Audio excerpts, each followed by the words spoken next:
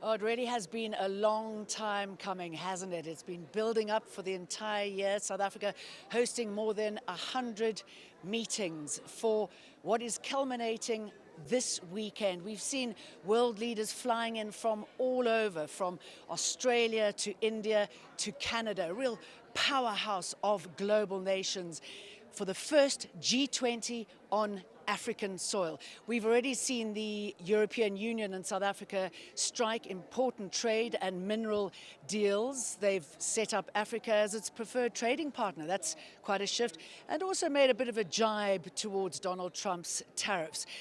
But the big drama, and this is a big drama, the United States is not here. In fact, all they've offered South Africa is its lowly charge d'affaires to pick up the baton and take it over to the United States, because the US will be hosting the next G20.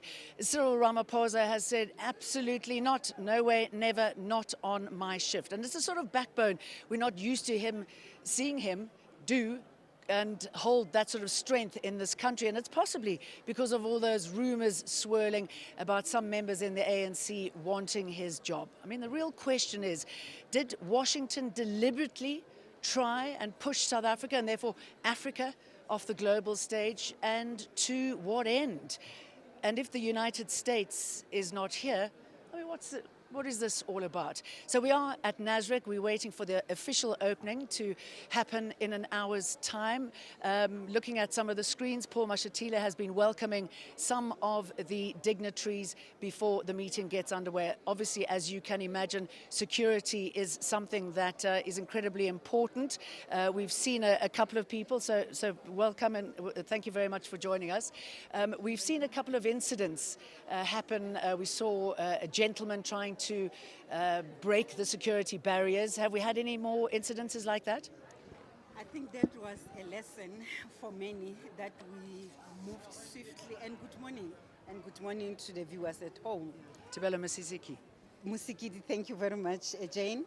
And that message went out very loud, and we haven't had any such incidents.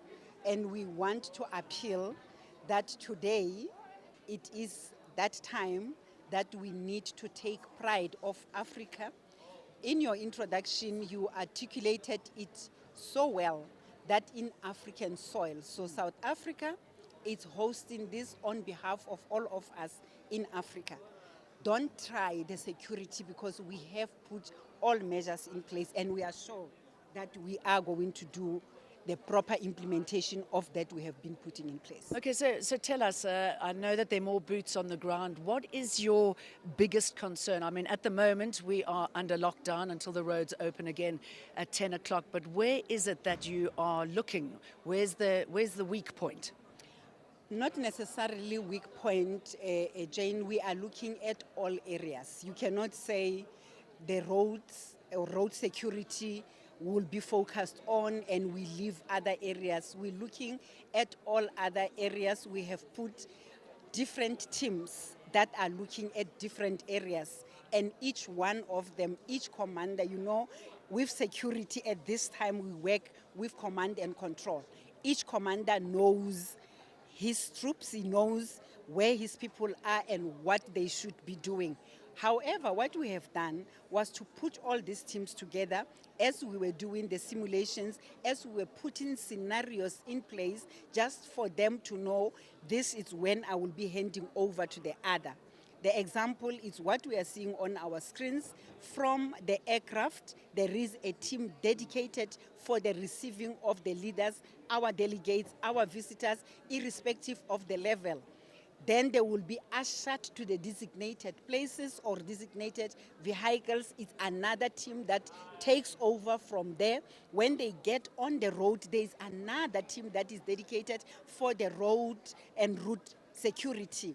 When they arrive at the venue, you will see where vehicles will be driving in with the security details in front and at the back, until the point that the leader is handed over to a designated authority. We have seen the deputy president receiving some of the leaders. We will see later on in the day where the president will be receiving now the heads of state and ushering them into the plenary. The ministers have been dedicated On arrivals, ministers were there to take care. So ours is to provide that security details for any and every avenue. So there is no specific one where we are saying, here we are tightening because we are having a concern. I'm intrigued to know what sort of conversations you have with other countries, India, for example, Canada. I mean, did you share information beforehand? With all the countries that are participating, because we receive their itineraries and we do liaise. We are supporting the State Department that is dedicated to hosts. We have a host State Department. Ours is to provide security. So we do meet. We have been meeting the whole year with all the events that we had. Closer to the event, we take the embassies, we brief them, we sit down with them, we look at different security aspects, what are the do's and don'ts of the country, because we are a sovereign country. These are the things and I should imagine that we're the boss when it comes to security, right? Unfortunately, when you are here, you abide by the rules and we ensure that you do things by the book. That's all that we are requesting, and we don't want to even get to the point of hard-handedness, where we now have to implement certain things.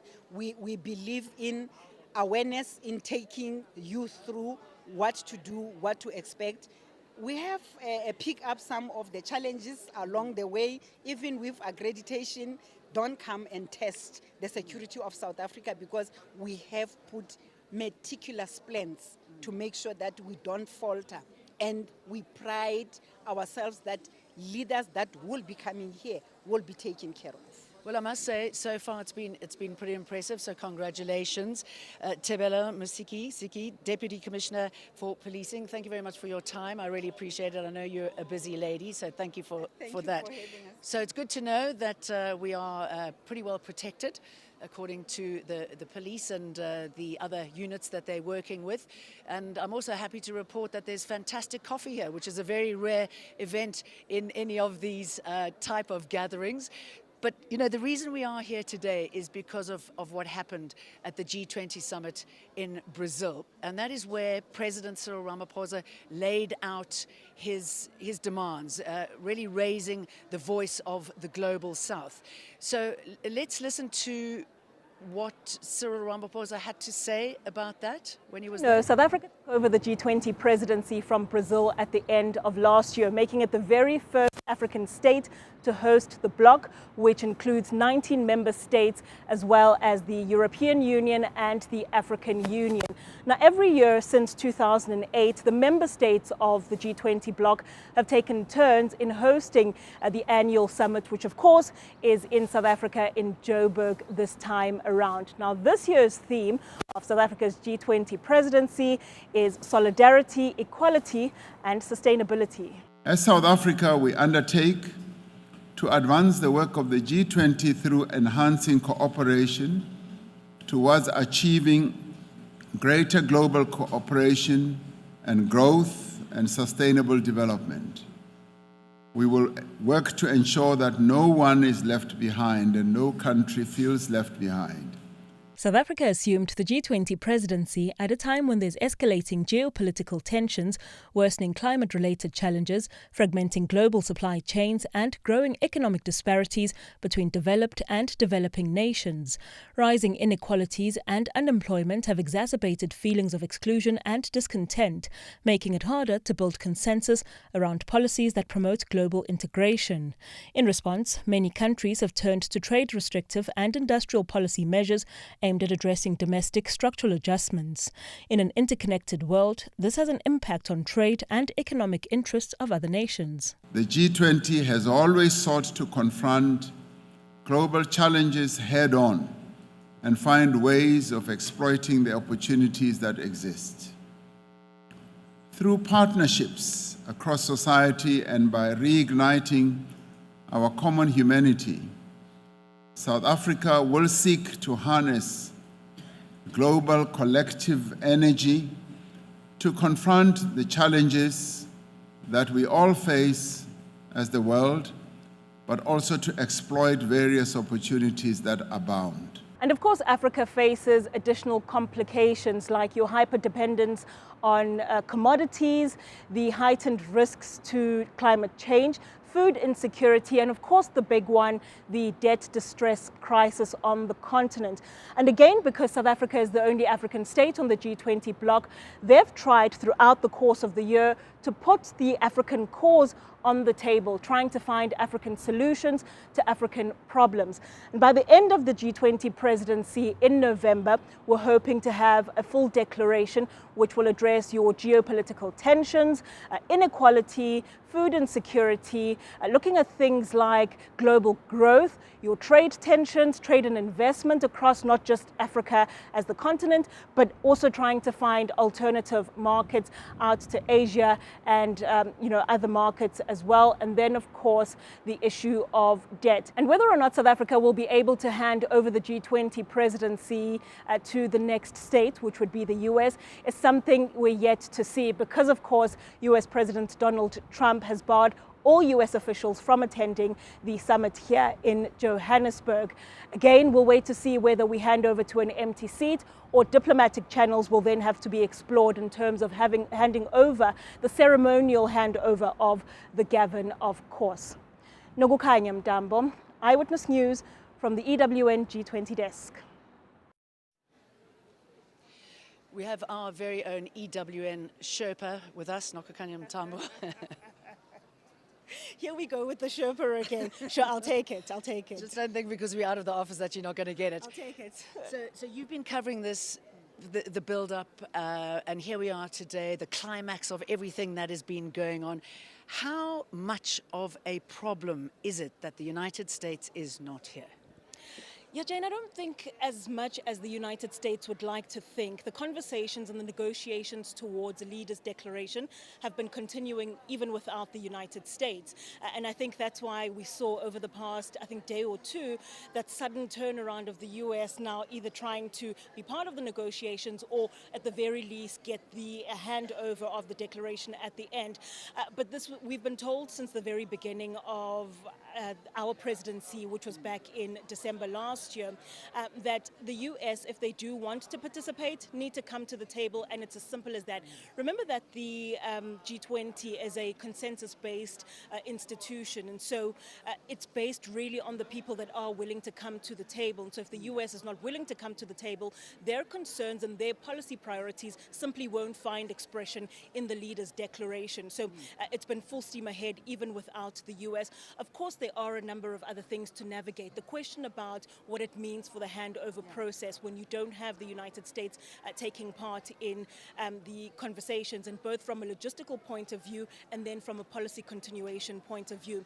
In terms of logistics, it literally would look like, and President Cyril Ramaphosa joked about it earlier in the week, saying he's happy to hand over to an empty chair should that be the case. But there's a question about just the logistics of the actual handover, because for aesthetics, I was going to say the optics, not great. It's ceremonial for him to hand over to the next presidency. But there's the question about what it means for the policy priorities themselves that are in the declaration, and how much of those the US is willing to take forward if they weren't part of the conversation. And that goes back to questions like the Africa agenda. We know what President Donald Trump thinks of Africa and his relationship with Africa. He's called us very many names, Jane, some of which we can't say on air. Not at all. So the question about what that means for the Africa agenda, because of course South Africa tried to make sure that more than anything the voice of the African continent is put forward during our G20 presidency. So what does it look like when we hand over to the US, who don't necessarily have Africa's best interest at heart, then taking forward the policy priorities that we've set forward? And the response from the questions that we've got at least posed to whether President Cyril Ramaphosa or the rest of the South African delegation is that when it comes to the African agenda and some of the other policy priorities, it's not just the G20 where they find expression, but there's other organizations. The African Union, for example, is one of the regional bodies on the G20. And so as long as the African Union is on board with some of those issues that need to be taken forward, certainly those policy priorities will then find expression in places like that. So it really has been business as usual, even without the US. So, I mean, the fact that the US is taking over the presidency next year, I mean, that's why it's even more sublime, the fact that there's an empty chair as far as they are concerned. They've already been made, jibes made against South Africa about we actually the G100 because South Africa's wanted us to be, more countries to be inclusive, to raise the voice of the global South. That is a real indication of what the US is going to be pushing back against, right? I mean, they want it to be smaller. They don't want it to be that inclusive. So they could be scuppering much of what has been achieved. Absolutely. I think even President Donald Trump made a snide remark about wanting South Africa off all of the Gs. I mean, we're only on just the G20. There's also the G7, which the other leading economies are part of. So, I mean, even during the week, he said South Africa has no place really on the G20, but it's not up to President Trump on his own, at least. That sort of conversation, again, would have to find consensus with all the member states. And I'm almost certain, Jane, willing to put my head on the block to say that's very unlikely. But when we speak about multilateralism, that's the big concern about Trump's presidency, his second stint at the White House, and what that's really meant for multilateralism. A bloc like the G20 has tried to make sure that there's global cooperation in terms of addressing all of the issues that we face. And then you find Trump, whose policy agenda really is unilateralism, quite the opposite of what the rest of the globe is trying to achieve. And so there's questions about how much of that conversation, how much strength it's able to gain and how much traction in these sort of conversations it's able to garner. If you look, for example, at Argentina, the absence of the Argentinian president is one of the examples that we have when we speak about US President Donald Trump trying to rally some of his troops, so to speak, for lack of a better word. The Argentinian president is, of course, an ally of Trump.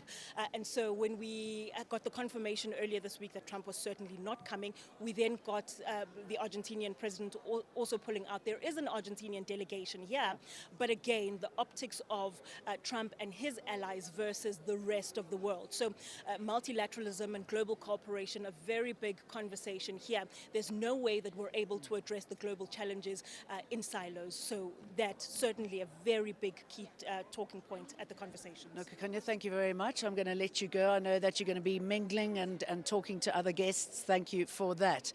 So Nokukanya was talking about the fact that Donald Trump is not here, the Argentinian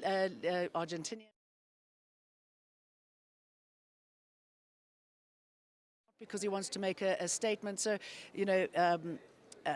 including Putin because of the International Criminal Court has been against him.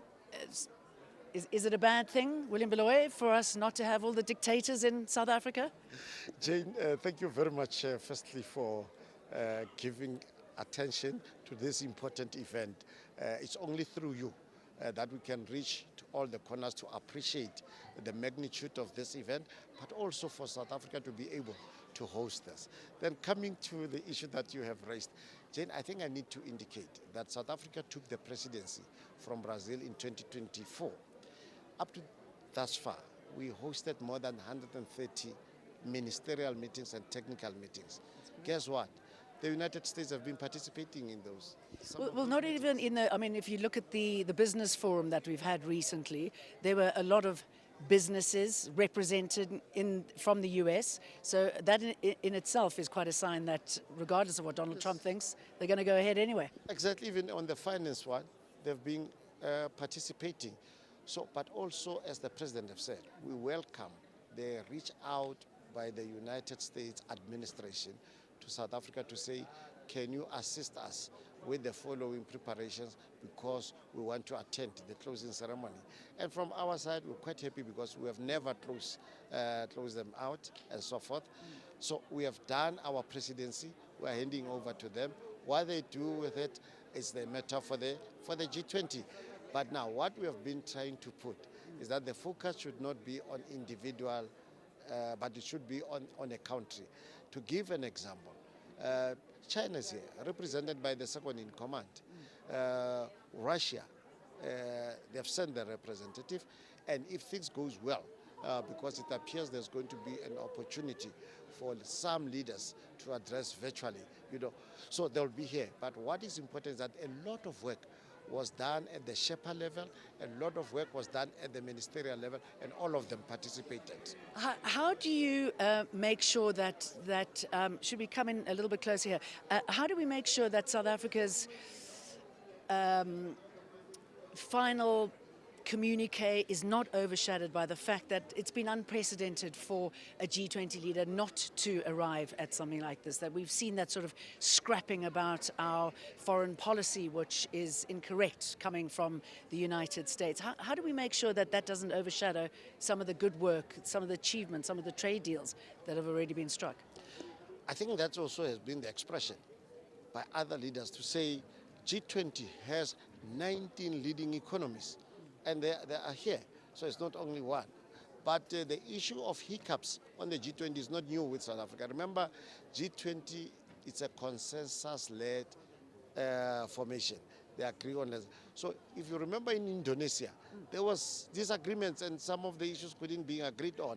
So that's why the United Nations Secretary General yesterday here in South Africa said he quite happy with what South Africa has presented and put, and he appealed to all the leaders to be considerate on issues that are there, to think more about the people who have to benefit, not who represent them. And I think that is a good statement, an endorsement from no lesser person, that the Secretary General of the United Nations, to me, that is the pinnacle, as that is the one who is the custodian of all things of United Nations, and we're quite happy. And he's been talking about human rights as we expect him to do. I believe South Africa has been rather muted about some of the human rights abuses that we're seeing across the world. I guess that's where diplomacy comes into play. Tell us about some of the characters who have arrived this morning. Paul Mashatile has been on the red carpet, and Ronald Lamola over there's over your shoulder. Who's arrived, and what sort of conversations are you excited to have, and with whom? Maybe let me first clarify what is the order as we speak. One, we started by receiving your international organizations representative. Then from there on, South Africa as a country, we used also our own discretion to invite certain countries. Those are the ones that you see Deputy President Mashatile and Minister of DERCO receiving. Those are the countries that we have invited, including some of the countries in the continent, but also some of the countries that we share commonality on the southern part. Then from there on, the president will then receive the G20 members. So that is what we have done. However, South Africa is guided by the issue of negotiations. We are a country that was built out of negotiations. Hence, wherever there is conflict, we get in, but we put the issue of negotiations. So there might be people that have been seen to be somehow, but we are looking at our role. Let me give you an example of the Russia-Putin issue, the Russia-Ukraine issue, which of course, obviously, some people have raised also during negotiations. South Africa, our president visited Ukraine, spoke to President Zelensky, and then tried to find a negotiated settlement. We also moved to Moscow to try and use our own experience of negotiations, and that is what we still believe in. So has there been any movement on those pressing issues? Have you been able to raise the voice of the global South? Have you been able to successfully move on debt restructuring? Because obviously that's a real Damocles sword above African countries in particular. I think that's what also the Secretary General appealed to say what South Africa put, especially on your issue of the debt relief, on the issue of the climate change, on the issue of solidarity, on equality.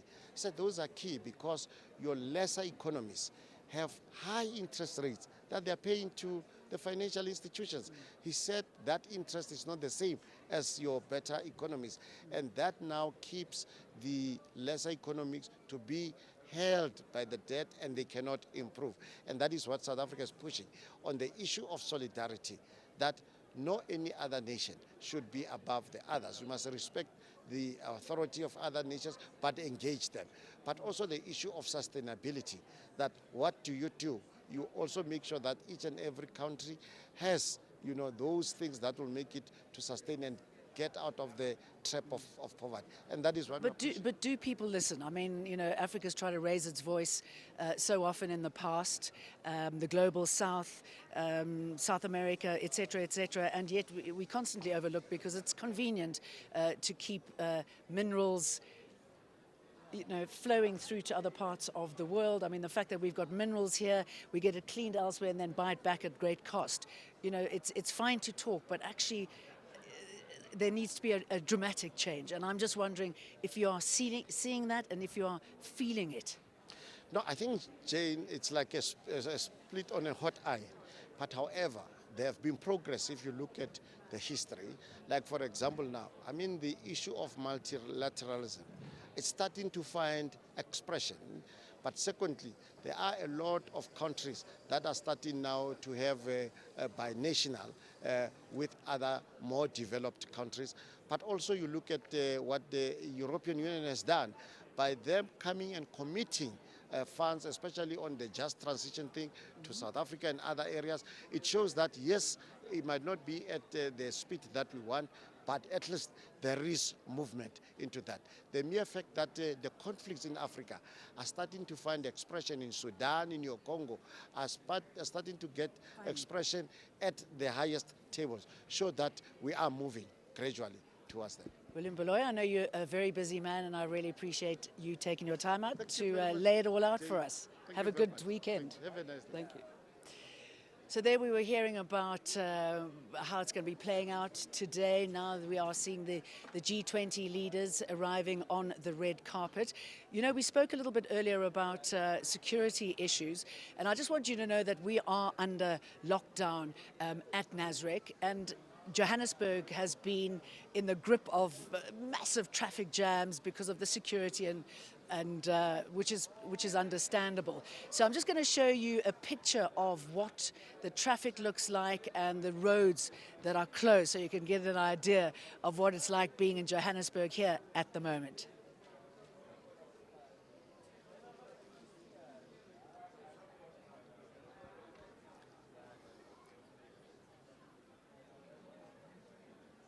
What are we doing next?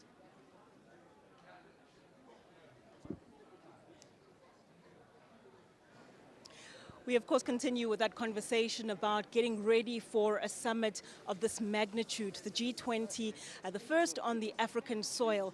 The question really is, how does a country get ready for an event of that magnitude? And even better, how does a province get ready for an event of that magnitude? Of course, Gauteng is the host province. We are in Johannesburg right now, and I have with me Elijah Mhlanga, who is the Gauteng government spokesperson, just to take us through really the sort of preparations that are required, but maybe even perhaps the post G20 conversations that we need to be having.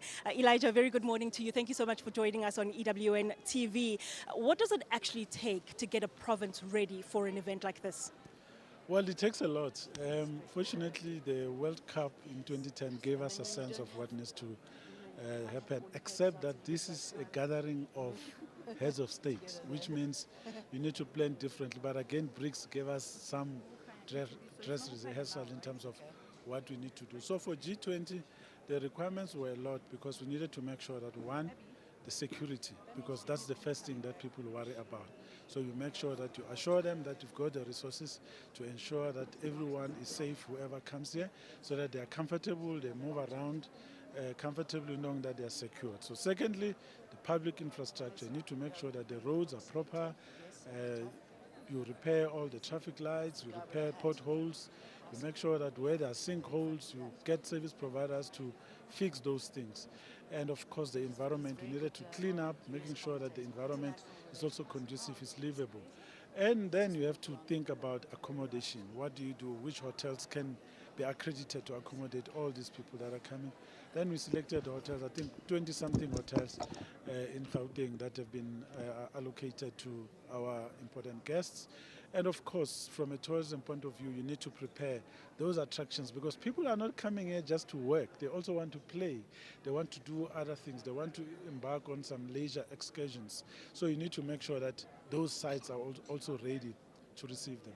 So it's been a lot of work that we've had to do from national government, provincial government, as well as our municipalities. You've gotten a lot of flack and criticism about the sudden ability to give either the province or the city of Joburg a facelift. And I know you've addressed this, but for those who are watching currently, what's your response to the criticism about, seemingly neglecting service delivery all throughout, and then being able suddenly to be able to put together an event of this magnitude? Well, we never neglected. When you work in a silo approach where you do only that which you've been given to do, you are not able to achieve as much as you wish to. So what we have seen with this particular G20 approach was that we got together the provincial government, collaborating on a weekly basis with municipalities, bringing in the mayors with their municipal managers, bringing in the entities with their CEOs to plan in one place at the same time, and hosting accountability sessions on a weekly basis, which means the turnaround time should be quicker. And we're able to focus on specific areas, saying this is a priority, and we all agree. Where there are challenges, we're able to unlock those together. So that's what we've been able to do, and it has helped. So we are going to be sustaining that as a province because we've seen that it has worked. But let's just address the broader issue. When you are given an opportunity to host an event as big as this one, you pull all your resources, you bring a new sense of agency to everyone. Forget petty politics, forget party politics. We all focus on service delivery. We have seen it in other countries where they've been given opportunities to host the AFCON, for example. We observe, I happened to travel to Cote d'Ivoire. I was in Abidjan when we saw them building new roads, building bridges, cleaning up the city, refurbishing the country basically, preparing for that big event. In Paris last year, it was the same. I happened to be there again to see when they were preparing for the Olympics. They turned the whole city upside down, construction everywhere, building things that they didn't already have, cleaning up places which were not being attended to under normal circumstances. That means that when you are given an opportunity to host an event like this one, you take advantage of it to fix some of the things that you always wanted to fix, but there was no agency to fix them. So we are going to be building on what we've already been able to achieve now, and we are going to be sustaining all these delivery meetings that we've been having, which the Premier has been chairing every week with these executive and mayors and CEOs of entities, making sure that we redirect budgets where they're supposed to go for us to be able to improve the quality of life of our citizens.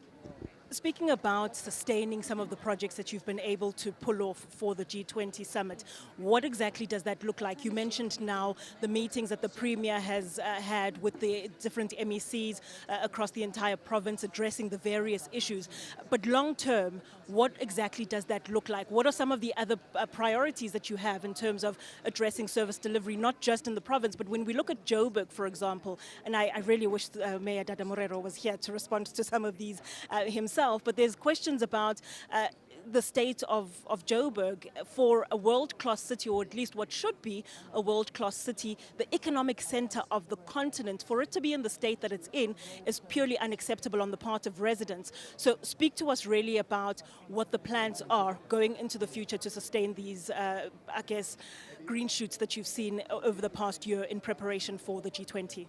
Yeah, so maybe two things on that. The first one is that before G20, the Premier had declared G13. So G13 is a list of priorities for the province that we needed to focus on for us to be able to turn around the fortunes of the province from an economic point of view, from a public infrastructure improvement point of view, but also from creating jobs and reducing unemployment. So all those priorities, we are going now to be focusing on them without the confusion of G13 and G20, because G20 ends tomorrow. We continue with our priorities under the G20 banner, G13 banner. So that is going to continue. We are going to be using this service delivery model to make sure that we attend to the challenges that we're talking about. The cities, we are focusing on rejuvenating our CBDs. In Johannesburg, the mayor has been trying, especially when you look at the cleaning up project, with informal settlements, people trading in places where they're not supposed to be trading. The challenge is that when you move into try cleanup, you are taken to court, and then you have to pause. and you can't do anything because your hands are tied. So we need to find new ways of addressing that, because we cannot allow lawlessness if we want our city to be clean and its dignity and glory to be restored, as for us to love it and for businesses to come back into the city. So there we need a different approach where people understand that just because we've been doing something for some time, it doesn't mean that we'll be able to continue to do that. We need to get to a point where we say, stop. We really need to reboot our thinking in terms of how we want the city to be like. It cannot be that the entire city becomes an informal settlement or the entire city becomes residential. If you go around the world, it's mixed. You find that there's business, there's also residential. But the residential, each and every person who lives in these apartments must be accounted for, which means there has to be order in terms of who lives there. But in terms of public infrastructure maintenance, people must take account, must be accountable for the things that you can't be throwing litter everywhere. You can't be trading outside the boundaries of trade sports. So people need to understand that it has to be a partnership, and perhaps we need to stop this us and them mentality where you say, the government is not doing enough. At the end of that statement, you throw rubbish just where you are and say, no, they'll come pick it up. It's job creation. It can't work like that. You need to take responsibility for where you are for us to be able to grow the city to where it is. So we will be engaging with communities after this G20 summit has ended to say, now that we've seen that we're able to achieve this, how do we keep it going? How do we sustain it? Because it's clear that everybody wants it, but not everybody wants to be involved. So now we need to make sure that everyone gets involved in it. Still on the issue of trying to sustain what you've been able to pull off as we head into G20 for this weekend. We're going into local government elections next year, and the big issue when it comes to metros, particularly in Gauteng, is political instability. And we see a lot of finger pointing, blame games amongst the parties themselves in terms of governance and so on. How does the province as a whole really ensure that there's continuity even when there's a change in administration, so that at the end of the day, the residents really are able to benefit? Yeah, so that's one of the issues that the Premier has been focusing on, to try and ensure that there's stability in the municipality. So he's been engaging the political parties, whether they're in the government or not, whether at provincial or local government, to ensure that we all focus on service delivery, because the petty politics are not assisting the residents. All of us lose if the right thing is not done. All that people are looking for is employment, to be safe, to know that they have an opportunity to make an honest income. So we really need to focus on the needs of our citizens. So we are focusing on that. That's why the Premier will continue on a weekly basis to meet with the mayors and engage the mayors, focus on intergovernmental relations, so that we stop all the politicking in the local municipalities, because that is not helping. It actually collapses municipalities. That results in people migrating from a municipality that is dysfunctional to one that is working. And when they get the resources are strained, and then that one collapses too.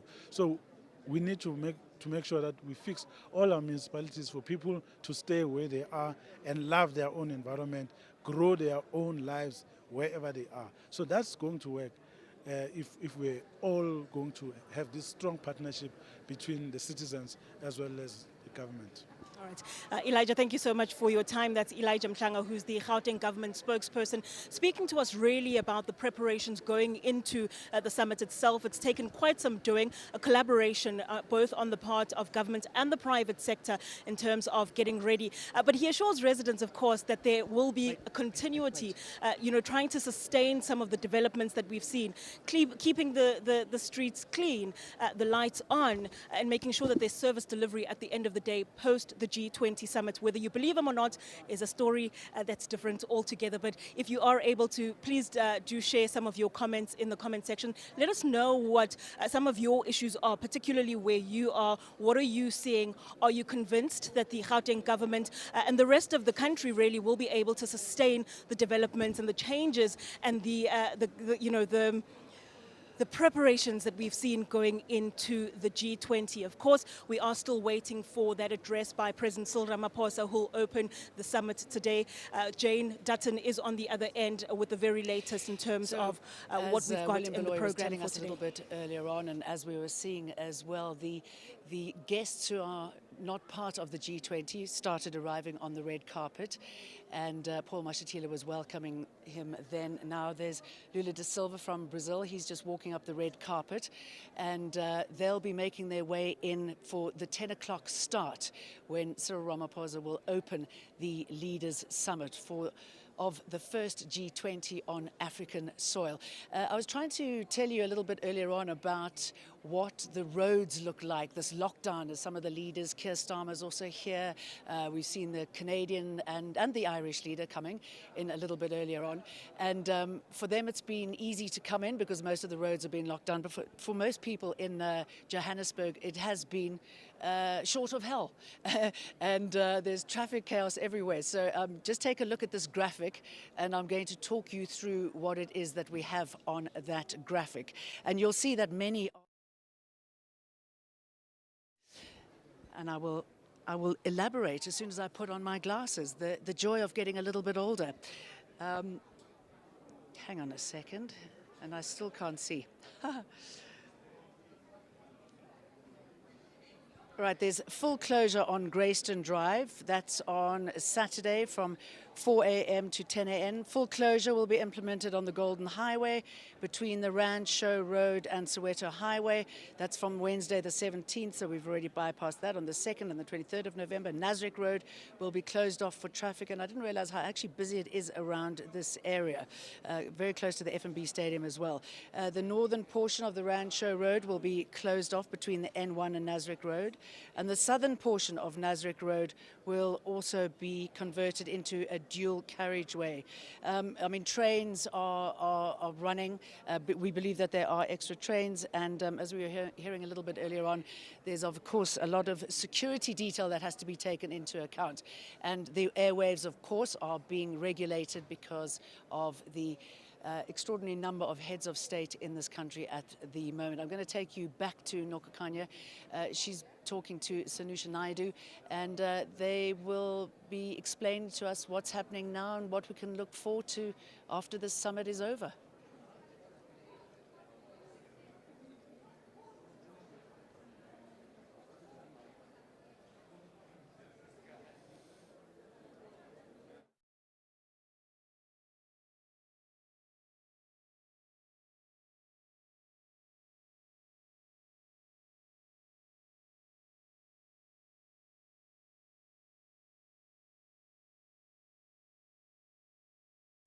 In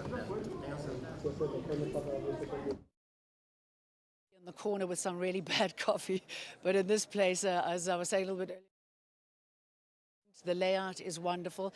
The press from all over the world is here, and but sometimes the comms goes down. I'm going to hand you back to Nokokanya.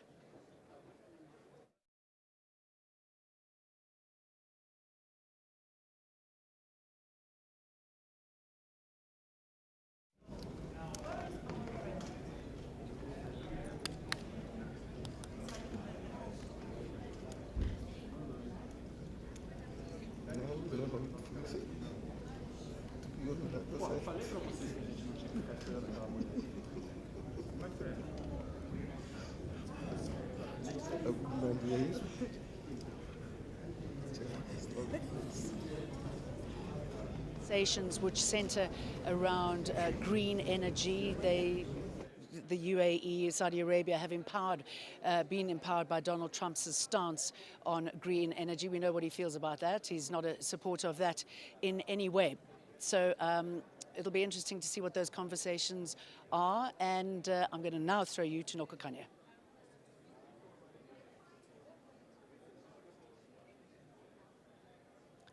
Right. Right, like I said earlier in that conversation with Elijah, we continue to mark the minutes really now down to that address by President Cyril Ramaphosa, who will open the G20 presidency with an address before they then go into deliberations with the rest of the G20 member states and the other invited guests in terms of bilaterals. Of course, if you can see just a little behind me, you'll see the heads of state starting to arrive at this very venue, just not in this same spot that we're in, but not too far from where we are, of course, are the heads of state. And I'm going to bring in Tanusha Naidu, who is our political analyst, to just maybe speak us through some of the visuals that we're seeing behind us with the heads of state arriving, the importance of the G20 summit and what we are hoping to get out of it at the end of the day when the G20 does finally wrap up its work today. Tanusha, a very good morning to you. Thank you so much for joining us on EWN TV. We are seeing, like I mentioned, the heads of state just walking through that tunnel behind us, walking into the venue. Who are some of the key speakers, or at least the key heads of state that you've seen coming in? Good morning, and it's great to be here. I think it's an incredible feeling. I think we saw President Lula from Brazil. He was here. He walked in, I think, just before or just after the Ethiopian president. But I think that's very important because President Lula has come from the COP climate change conference.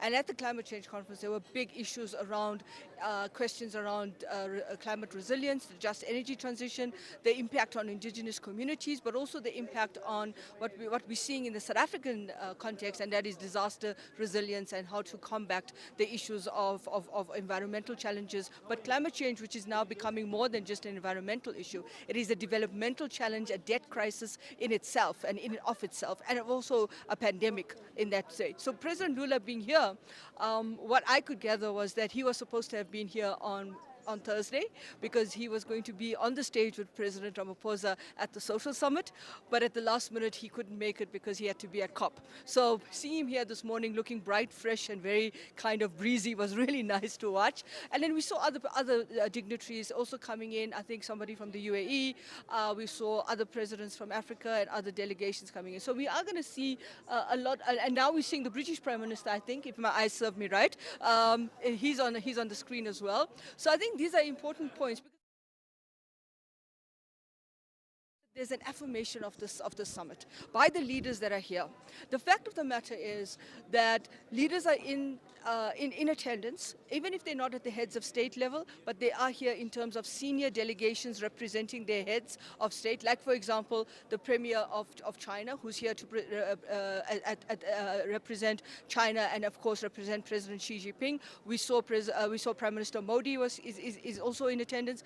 The President of France is here. We're not sure about Germany, what's going on. We're hearing different kinds of information about that. But what's important for us to bear in mind is that this is an indication of what the summit means. It's a vindication of South Africa hosting the summit, it's an affirmation of South Africa hosting the summit, and it's a legitimization. So that we can have all of the disruption and all of the white noise around us. But the fact of the matter is that you have these leaders here, whether it's the head of the delegation of the EU, which is a big member bloc of about 27 countries, then you have other leaders coming in, tells you that South Africa is in the right space now. Just speaking about the Brazilian president, of course, we took over the G20 presidency from Brazil. We had the Rio de Janeiro declaration being handed over to South Africa at the end of the summit. How much of that declaration did we see influencing South Africa's presidency and some of the priorities that we've then taken into our presidency? Well, I think what is important is that there's a continuation, and not just from Brazil. Remember, we've had Indonesia, India, Brazil, South Africa. That is the G20 bloc, so to speak. And there's been a continuation from Indonesia to India to Brazil to South Africa. South Africa ends that presidency of the G20 bloc with its current chairing of the G20. And I think there are 3 or 4 very main issues that come out. One is the continuation of the fact that the G20 is now a very critical actor in the global arena, and that is a representation. And not these 4 countries only. I think we could also recognize that the G20 G20 is not just South Africa, India, Brazil, and Indonesia, but it's a much bigger bloc and a much bigger voice and agency.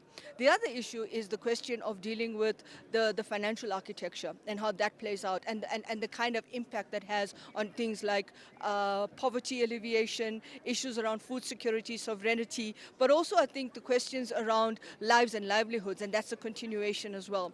The other area is around development and sustainable development, Agenda 2030, and of course the SDGs. And that then links up to what Brazil, India, and Indonesia were doing in the context. For example, Brazil came up with this big global framework called the Global Framework for the Alleviation of Poverty. South Africa has built on that with the Stiglitz report, which is now the big report on inequality, linking inequality to poverty, but also to the fact that it's about development. So I think there's a sense that we are witnessing a kind of a recalibration of global politics.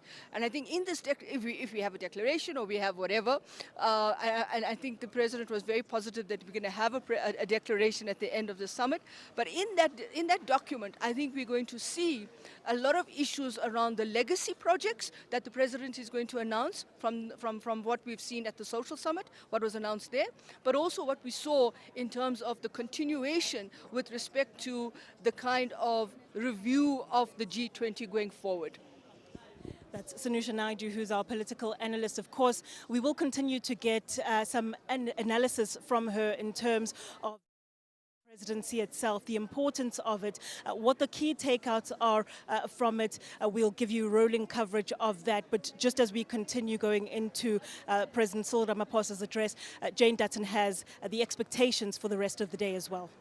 Interesting, well, fascinating with you, not even quite interesting, but we're getting a little bit excited now. The fact that the COP30 meeting has been taking place in Brazil, which is also where South Africa made its voice known, voice of the global South, what they wanted to see as far as green energy was concerned, debt relief, all that kind of stuff. It's happening at the moment. Quite a shocking outcome, though. Quite a very shocking outcome, Jane. The European Union has rejected the deal that was placed on the table. And because, obviously this takes place behind closed doors. But there is a source that is being quoted anonymously who is giving, journalists details about what happened behind closed doors. And one of the issues that has come out about why the EU has rejected the deal is because a lot of countries in the global south, developing countries, are saying that, Europe is being quite hypocritical because it's forcing them into wanting to do, to have green, go into green energy and, saying this is an emergency that needs to happen very quickly, but there is no pathway to financing that is very clear and sustainable for them. So developing countries are saying we can't just move away from fossil fuels without a clear pathway to financing.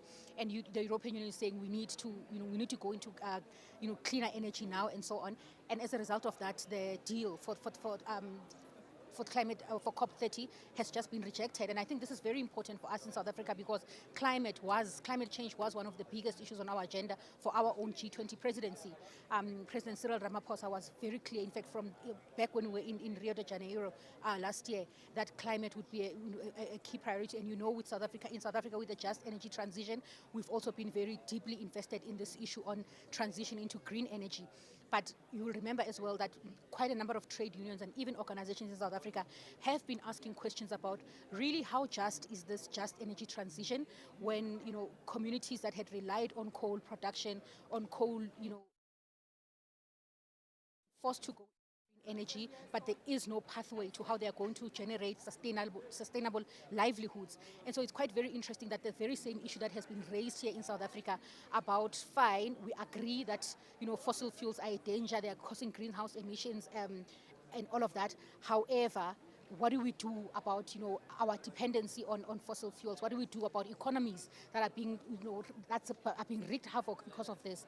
And it's interesting that this is what South Africans have been raising when the issue of the just energy transition was starting here, and now it has found its way to Brazil at COP30, and it's such a contentious issue that it has basically effectively collapsed any kind of consensus that should have come out of that COP30, and it's quite a very shocking and depressing thing for us in the G20. But what does that mean for us now?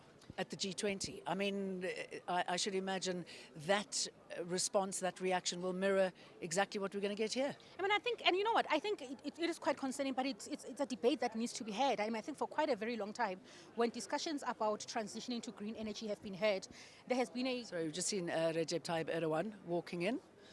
Carry on. Oh yes, so there has been a quite, a big discussion about, let's move to just energy transition. But there have been voices that have been raising this very same issue that has now found expression at COP30 to say what is the pathway to financing. And in fact, even the financing that has been pledged and promised is still inadequate to address some of the critical issues, particularly as they pertain to people's livelihood generation. And I think South Africa, more than many other countries in the global south and the developing world, has been quite ahead in terms of this conversation because it has been going on in the country. It has been going on. The unions in the country, organizations in the NGOs in the country have been raising this issue. And in fact, the Minister of Minerals and Energy, Gwede Mantashe, was, received quite heckling for that, for also raising the same issue to say, we hear this, but let's have this discussion. And I think it's a moment for us in South Africa particularly to take a pause and to say, let's have this conversation. It's very important that we have this conversation because to simply say, Europe has had many, many decades and years of advancement in technology and in so many other things, right? That for it to make demands that we need to move away from this thing without giving a clear pathway to sustainable financing is something that I think the developing world has got the right to ask questions about. Yeah, I mean, it's not something that you can close the door on without a sustainable alternative and considering the knock-on effect. Yeah, and I think more than anything else, and it goes back to, it's almost like these issues tie together because it then goes also to the issue of debt in Africa, right? This always ends up being the issue. So even here in the G20, the issue about debt financing, mechanisms for dealing with debt in Africa, it always keeps coming back to this. And I think it's one of the issues that quite a lot of multilateral institutions and even this, whether it's the G20 or it's COP or it's any other, we are not coming to a clear understanding and an agreement on exactly what do we do as a sustainable solution for this. But what is it? I mean, this has been going on and on and on and on, and increasingly we're seeing the impact that it's having on climate change and the poorest of the poor. What is it going to take for there to be some sort of agreement that pushes this forward, that deals with this contentious issue? I mean, one of the things that definitely is going to be very important is that the developed world is going to have to come to the party. They're going to have to provide far more financing than they have proposed. And it becomes quite very depressing when you think about the fact that one of the countries, the biggest economy in the world being the United States, has completely shifted away completely shifted away, right? And so when you've got one of the biggest emitters in the world, but also one of the biggest economies in the world, in fact, their biggest economy in the world, saying we are not invested in this issue, and in fact, we are going to start building coal stations everywhere and so on. We don't agree with this, climate justice project. It does pose quite a bit of a challenge. And in fact, even in Europe as well, you are seeing quite a lot of frustration, particularly from industry. In Germany, for example, a country that has been on the front line of making, of making demands for transition to clean energy, to just energy transition, is also now kind of like buckling under pressure and starting to move to just building coal stations and all of that. And so it does raise quite a bit of concern when countries that are developed countries in the world and biggest economies that have got a moral obligation and even to a great degree a financial obligation to help significantly in the financing of this are the ones that are now... I mean, we're looking at Emmanuel Macron arriving now, and he's going to be greeted by Cyril Ramaphosa. I mean, often these advanced economies are the biggest perpetrators, right? And they are laying down draconian rules for the rest of countries like Africa because they're so used to bullying them. Yeah, no, it absolutely is the case. And I mean, one of the saddest things about it is that the people who contribute the least emission of carbon dioxide into the atmosphere are the ones who pay the heaviest price. I mean, you look at the Pacific Islands, for example, absolutely being very devastated by climate change. We are seeing devastation across all of Africa, Latin America, Southeast Asia, and many parts of the world where really they are not the biggest polluters contributors to climate change, and yet the countries that are the biggest polluters that do have the resources to do something about it are now pulled out of the Kyoto Protocol, are pulling away out of any agreements on climate justice, and it is quite very deeply concerning. It speaks also to the rise of this very self-serving politics of, politics have become an issue about what do we benefit out of this, what domestically, our economy. So it's no longer, I think increasingly what we are seeing is that countries are very deeply invested in their own narrow, selfish interests. And that is why America is able to make, to pull out of agreements on climate justice and so on, because it's invested in its own economy and it doesn't care about what happens to the rest of the world, because the people who are being impacted are people in developing countries, are people in the Pacific Islands who are, quite frankly, to America of no significance.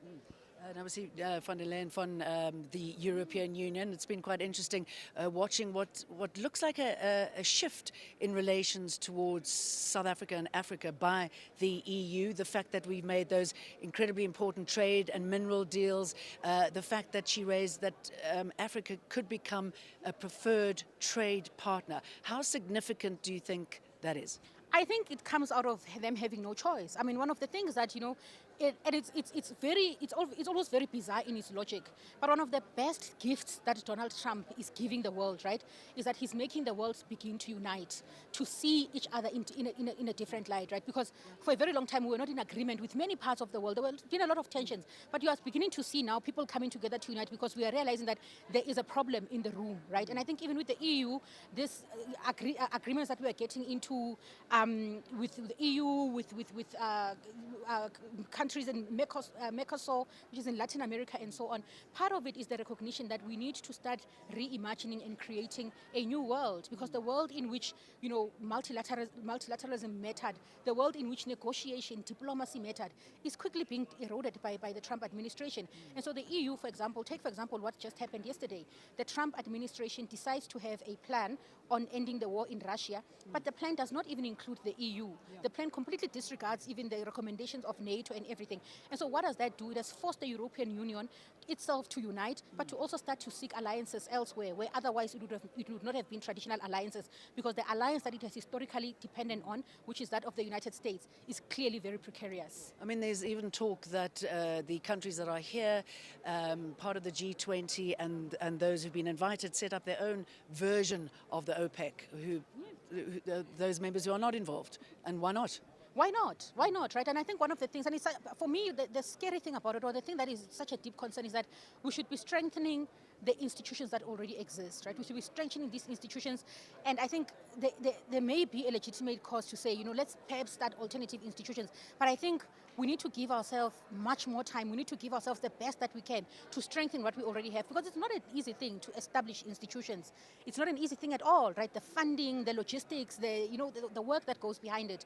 We do have institutions, and these institutions can work, but the only way that they work is if we all have got a clear vision of what it is that we want, but we all stand strong against a bully that wants to literally collapse every multilateral institution that is in existence, whether that's NATO, whether that's the G20 and all of that. I mean, a few days ago, you had the Trump administration making a very, very dangerous comment to say, what we have is not even a G20, it's a G100. Right. That is a clear statement of contempt for unity, for inclusivity, for just the strengthening of multilateral institutions. When the biggest economy in the world, a world superpower, says something like that, it gives you a clear indication that this is an organization, or rather an administration, that does not want these institutions to thrive. And that is quite something that is, I think that statement for me, more than anything, it was quite chilling, but it was quite telling as well about the intentions and the thinking of the American government. Yeah, but I mean, it's not green energy. It's weapons and oil. Talking of that, I saw a representative from the UAE, and we know that they are behind a lot of the problems that we're seeing in Sudan, a lot of the problems in Darfur, as they have been for a very long time. And what I always find gobsmacking is how these countries are so happy to play in Africa when it comes to getting resources and when it comes to robbing us blind, and yet put very little back. How do we change that mindset? I think one of the things that it's very clear. So, I remember thinking this around the time when Trump was throwing around tariffs and dishing out tariffs like they were the candy on Halloween. And one of the things that became very clear, you remember even from the very beginning, the European Union was very united as a bloc. And that's part of the reason why it had a strength in negotiation, even when you're negotiating with someone who's really unreasonable. But when you go as a bloc and you are united, you are able to, make a lot of more progress than we have been as Africa. And I think one of the big biggest weaknesses, Jane, in Africa is that we simply do not have strong institutions that work towards a cohesive and united agenda. The African Union is completely weak. And, you know, you're speaking about the issue of Sudan.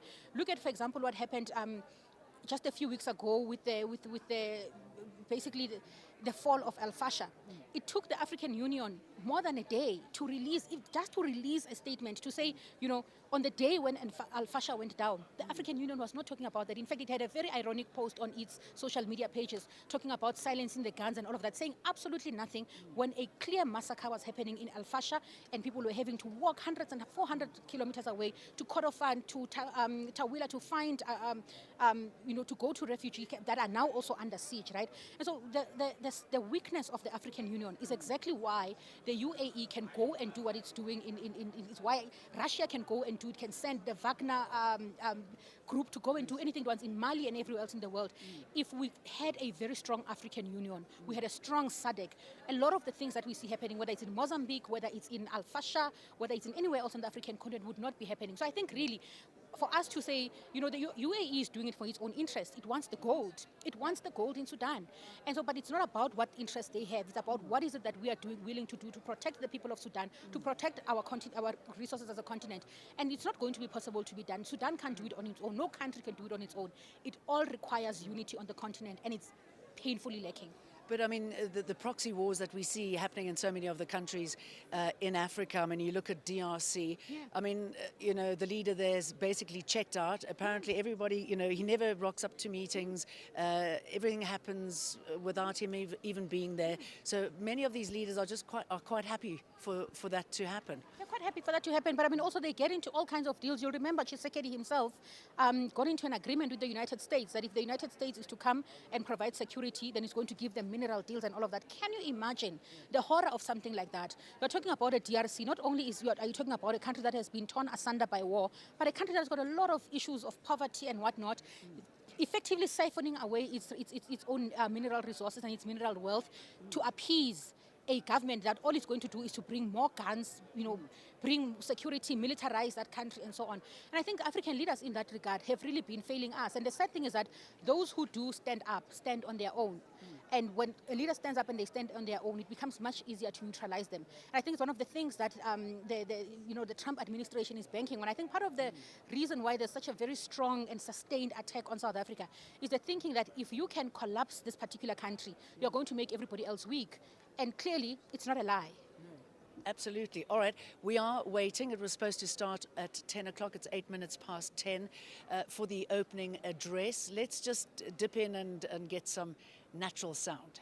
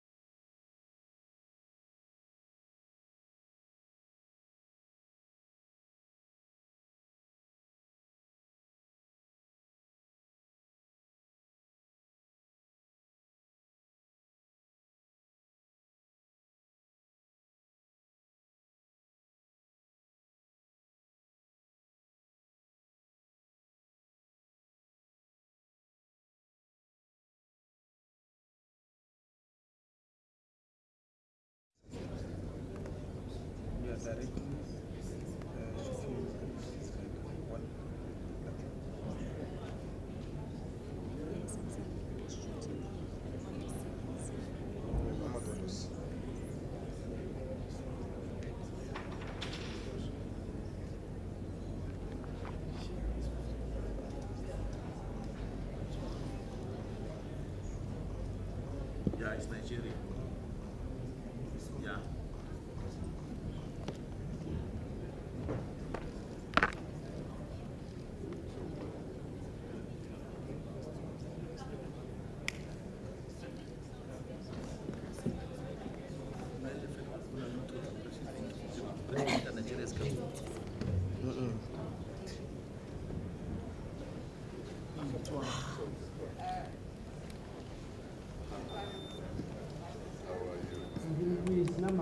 focus.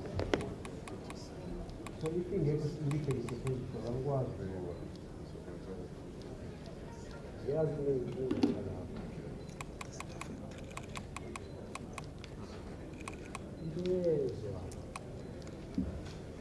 asicheki ngiyakukhumbuza ukuthi zamela zamela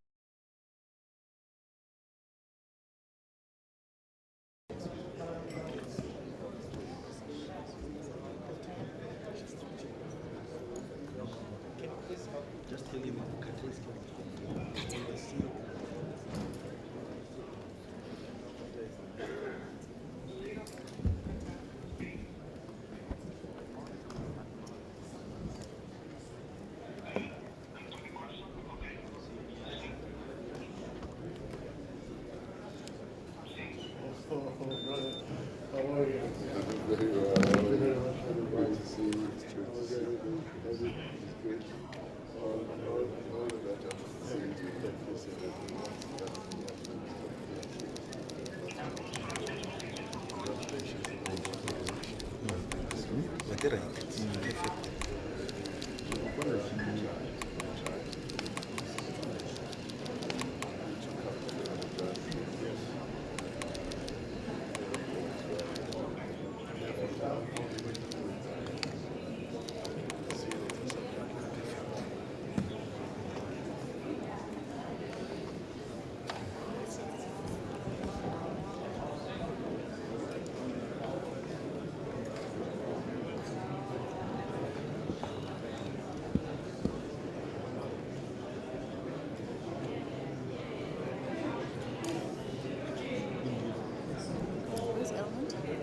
think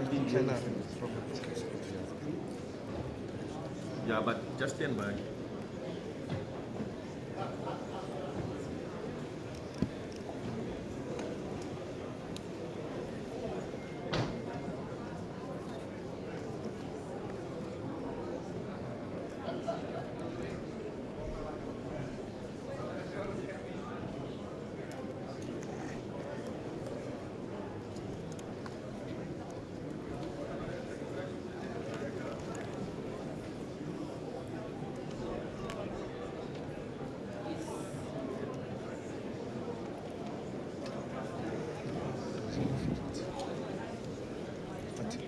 Can I interrupt them?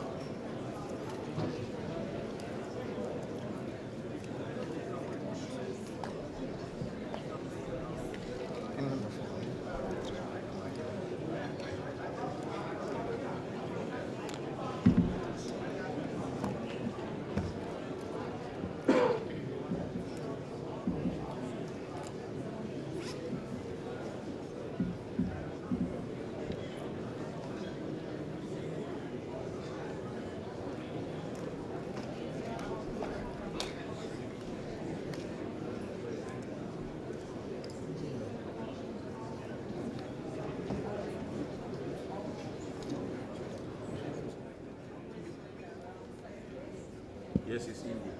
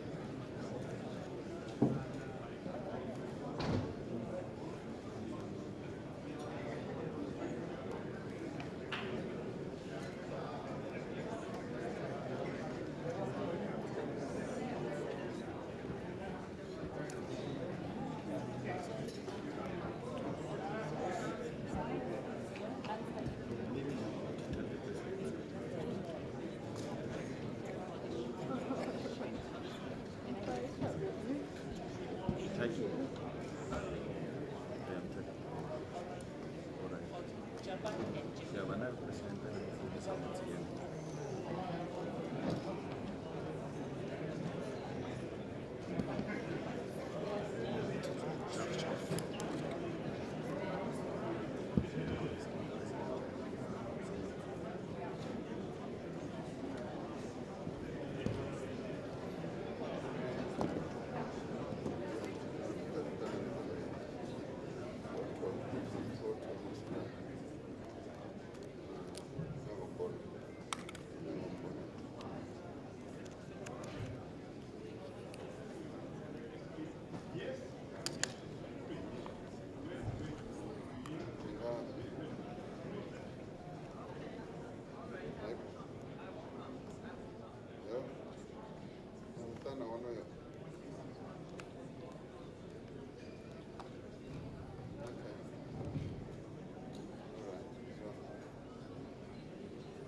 Okay,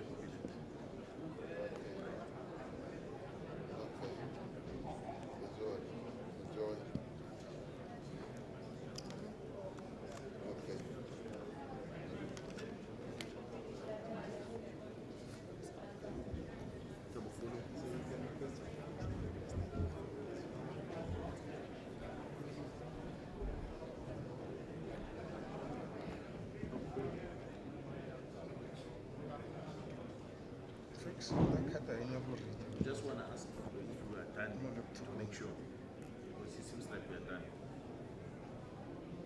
Thank God. I think more will be coming, but I don't believe we will receive by Vice President. Yes, yes.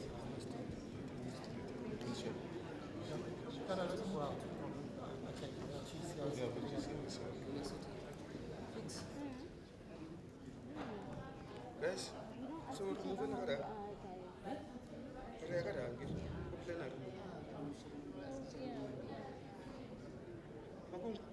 No, we're not gonna plenary.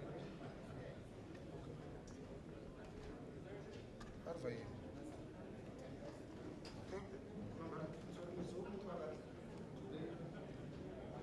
Graduating. One miss. One miss. Oh, you're someone. Focus. I did photograph. You zoom, you focus, you zoom. Focus. My focus is here. All right. So if I'm on my new one, my focus is here. But if I'm going to, I just click it and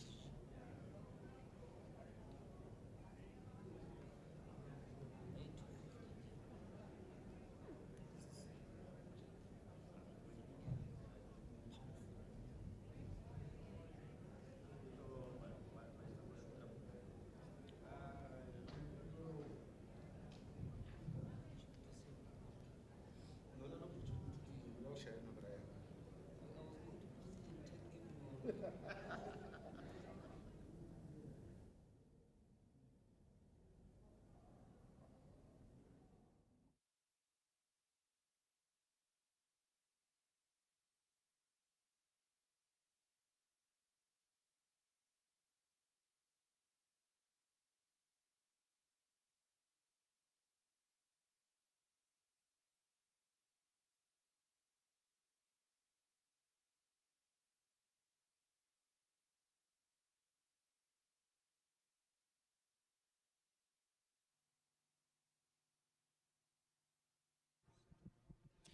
Ladies and gentlemen, excellencies, the heads of state are joining us. If everybody could please take your seats.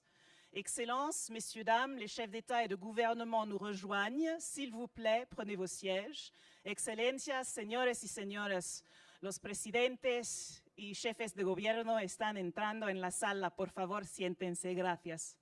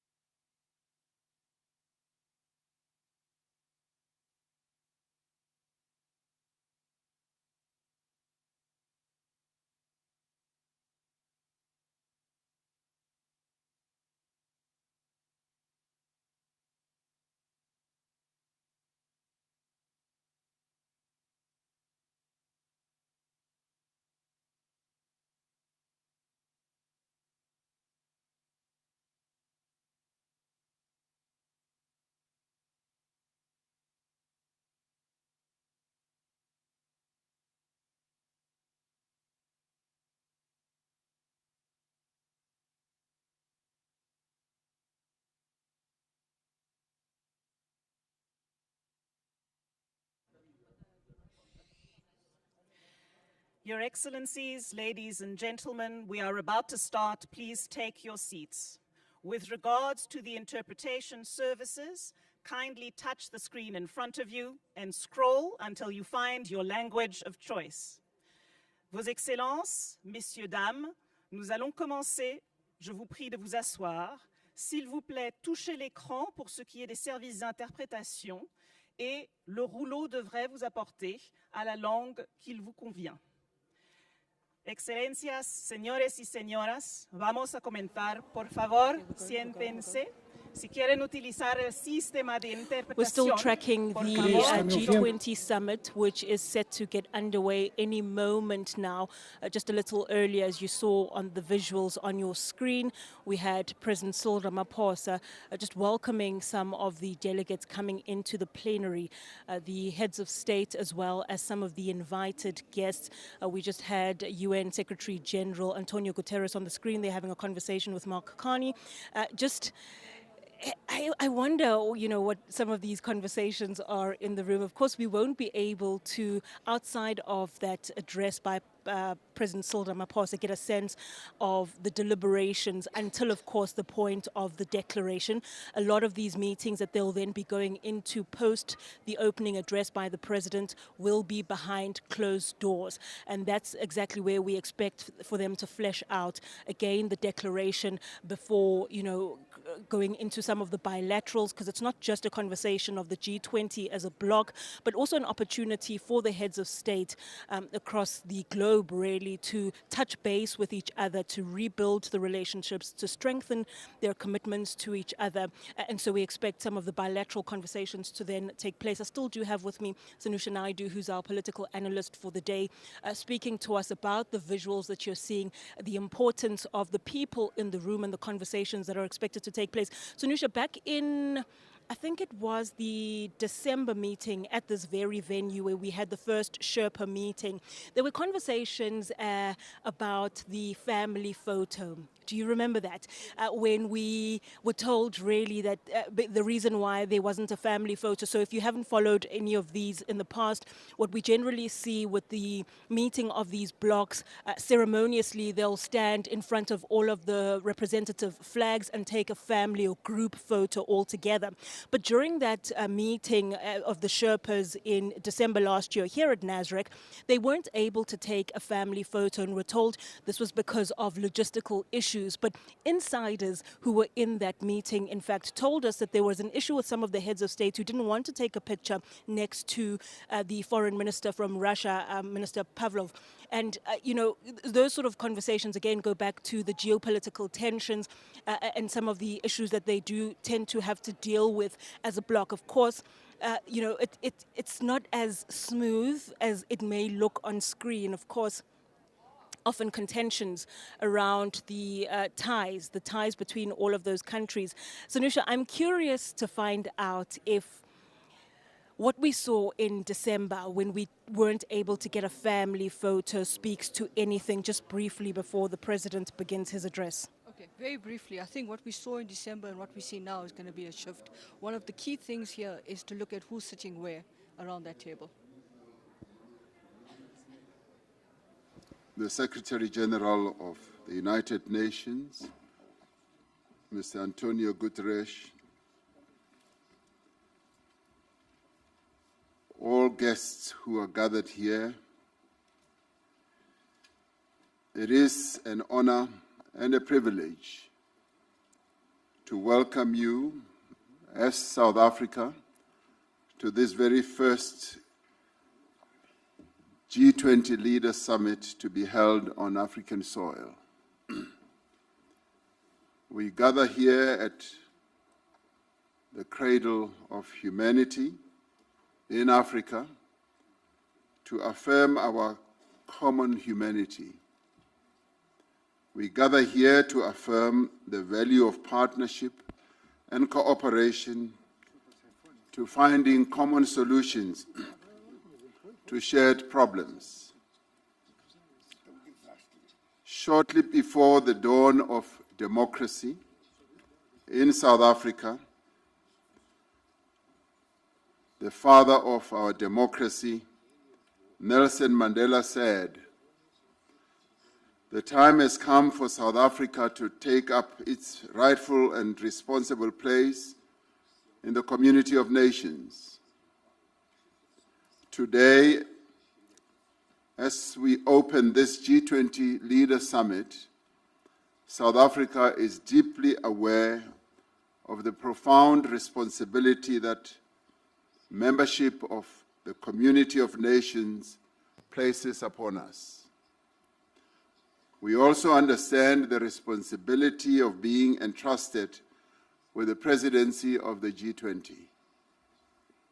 In the execution of its task as president of the G20, South Africa has, throughout the past year, through its stewardship of some 130 meetings in various parts of South Africa, in other countries on the African continent, and beyond our shores, including at the United Nations, we have sought to undertake this task with care, with dignity, and with diligence. We have sought at all times to preserve the integrity and the stature of the G20, a premier forum of international economic cooperation. From its initial focus on broad macroeconomic issues, the G20 is now engaged on matters such as trade, sustainable development, health, education, science and technology, agriculture, energy, the environment, climate change, and many others. It has therefore broadened its scope as the challenges of the peoples of the world requires that they should be addressed. As the G20 countries, we understand that progress on each and all of these issues is a necessary condition for strong, sustainable, balanced, and inclusive growth. In pursuit of and in conformity with the founding mission of the G20, South Africa adopted the theme Solidarity, Equality, and Sustainability for its presidency in 2025. Through solidarity, we can create an inclusive future that advances the interests of people around the world who are at the greatest risk of being left behind. This is important in an interconnected world where the challenge faced by one nation affects all other nations. By promoting equality, we strive to ensure fair treatment and equal opportunities for the individuals and nations of the world. The disparities in wealth and development within and between nations is not only unjust and unsustainable, it is also one of the greatest impediments to sustainable development. It is essential that we break down divisions of economic status, of gender, of race, and geography. Sustainability involves meeting the needs of the present without compromising the ability of future generations to meet their own needs. As a founding member of the G20, South Africa has sought to ensure that the development priorities of the Global South and the African continent find expression firmly and permanently on the agenda of the G20. This is important not only for the people of Africa and the Global South. It is vital for global stability and security, alleviating resource pressures, managing population movements, and reducing the risk of conflict. We seek stability because it attracts investment, it improves planning and reduces the risk of global economic shocks. And we prioritize inclusive and vibrant markets because they are able to drive innovation and efficiency. Thriving economies lift people out of poverty. They encourage greater investment and trade, and they generate the revenue needed to invest in public goods. The threats facing humanity today, from escalating geopolitical tensions, global warming, pandemics, energy and food insecurity, to inequality, unemployment, extreme poverty, and armed conflict, jeopardize our collective future. It is therefore essential that we make greater and faster progress towards the achievement of the United Nations Sustainable Development Goals by 2030. We welcome the Seville Commitment adopted in June this year, which sets forth a renewed global framework for financing for development. We must use this framework to catalyze development investments at scale in developing economy countries. We must continue the reform of the international financial architecture, ensuring that institutions are strengthened and are more inclusive and are equipped to meet the challenges both of the present and the future. At the beginning of our G20 presidency, we identified 4 high-level priorities. Firstly, we focus on action to strengthen disaster resilience and response. While climate-induced natural disasters affect countries around the world, they have a particularly devastating impact on countries that cannot afford the costs of recovery and rebuilding. We have agreed that it is essential for the global community, international finance institutions, development banks, and the private sector to scale up post-disaster construction. Secondly, we agreed that we must take action to ensure debt sustainability for low-income countries. The G20 needs to renew its efforts to advance debt sustainability while at the same time laying emphasis on those countries in the global south that are suffering from debt repayments. Thirdly, we said we should mobilize finance for a just energy transition, increasing the quality and quantity of climate finance flows to developing economy countries. Fourthly, we emphasized the importance of harnessing critical minerals for inclusive growth and sustainable development through the beneficiation of the minerals at the place of extraction. In addition to these 4 priorities, we have prioritized issues of inclusive economic growth, industrialization, inequality, unemployment, and security and artificial intelligence. Much of the work of the past year will be presented and considered at this meeting. We commend in particular the G20 at 20 review, which provides a detailed account of the path that this organization has traversed as the G20. It describes both our achievements and our challenges and makes proposals on how we can organize ourselves to be more focused on our core mandate. We welcome the work of the G20 Africa Expert Panel, which was led by South Africa's former Minister of Finance, Mr. Trevor Manuel.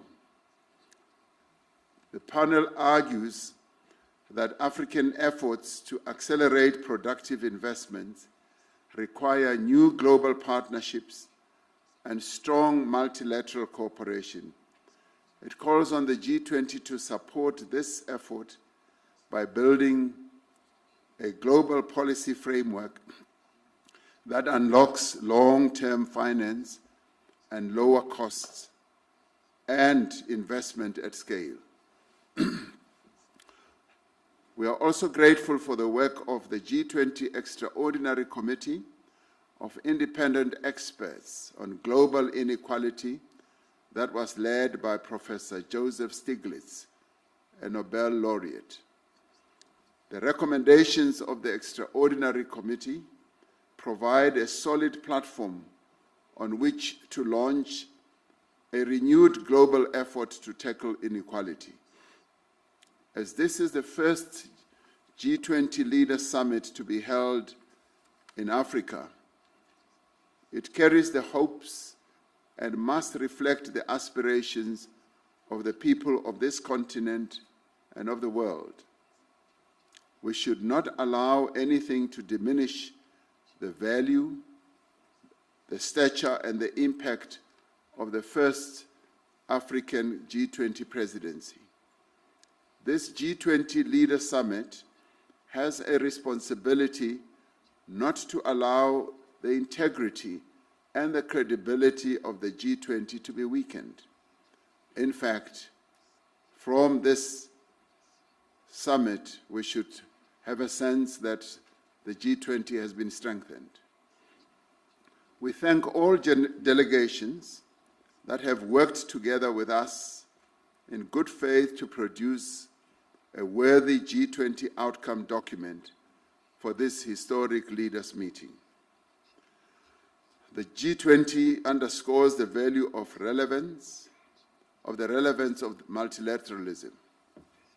It recognizes that the challenges that we face can only be resolved through cooperation, collaboration, and partnership.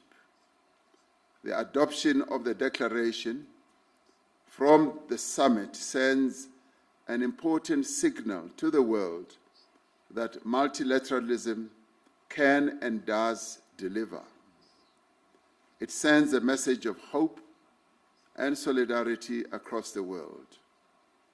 It tells the world that as the leaders of the G20, we will keep fast to our solemn pledge to leave no person, no community, and no country behind.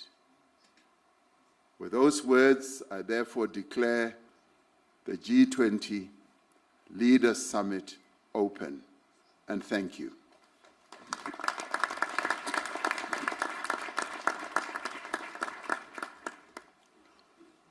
Your Excellencies, please allow me to take you through day one of the program.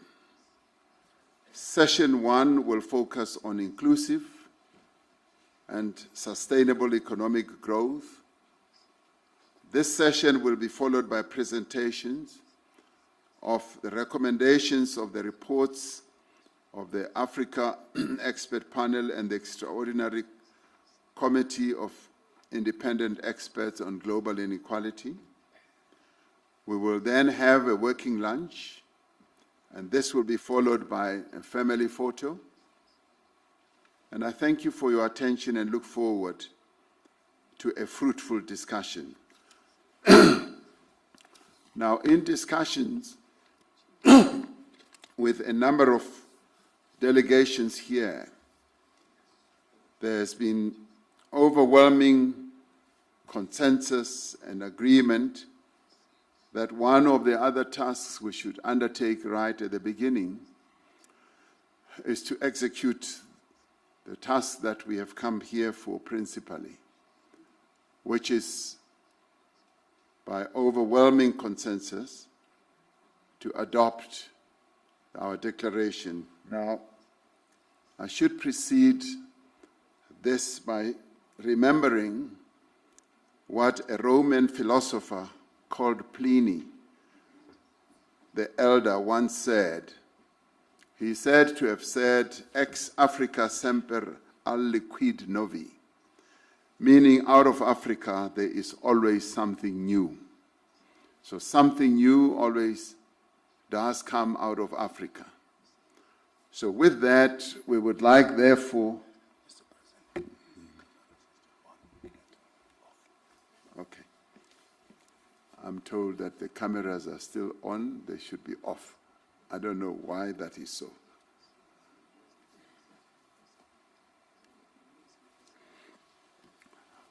With that, we would like, therefore, with a consensus that has emerged through the work that has been done over the whole year and the 130 meetings that have been held where each sector has been able to reach agreement, would like, therefore, to put the proposed declaration as the G20 South Africa Summit Leaders Declaration, to put it forward for your adoption. Do I have the support that we should go ahead and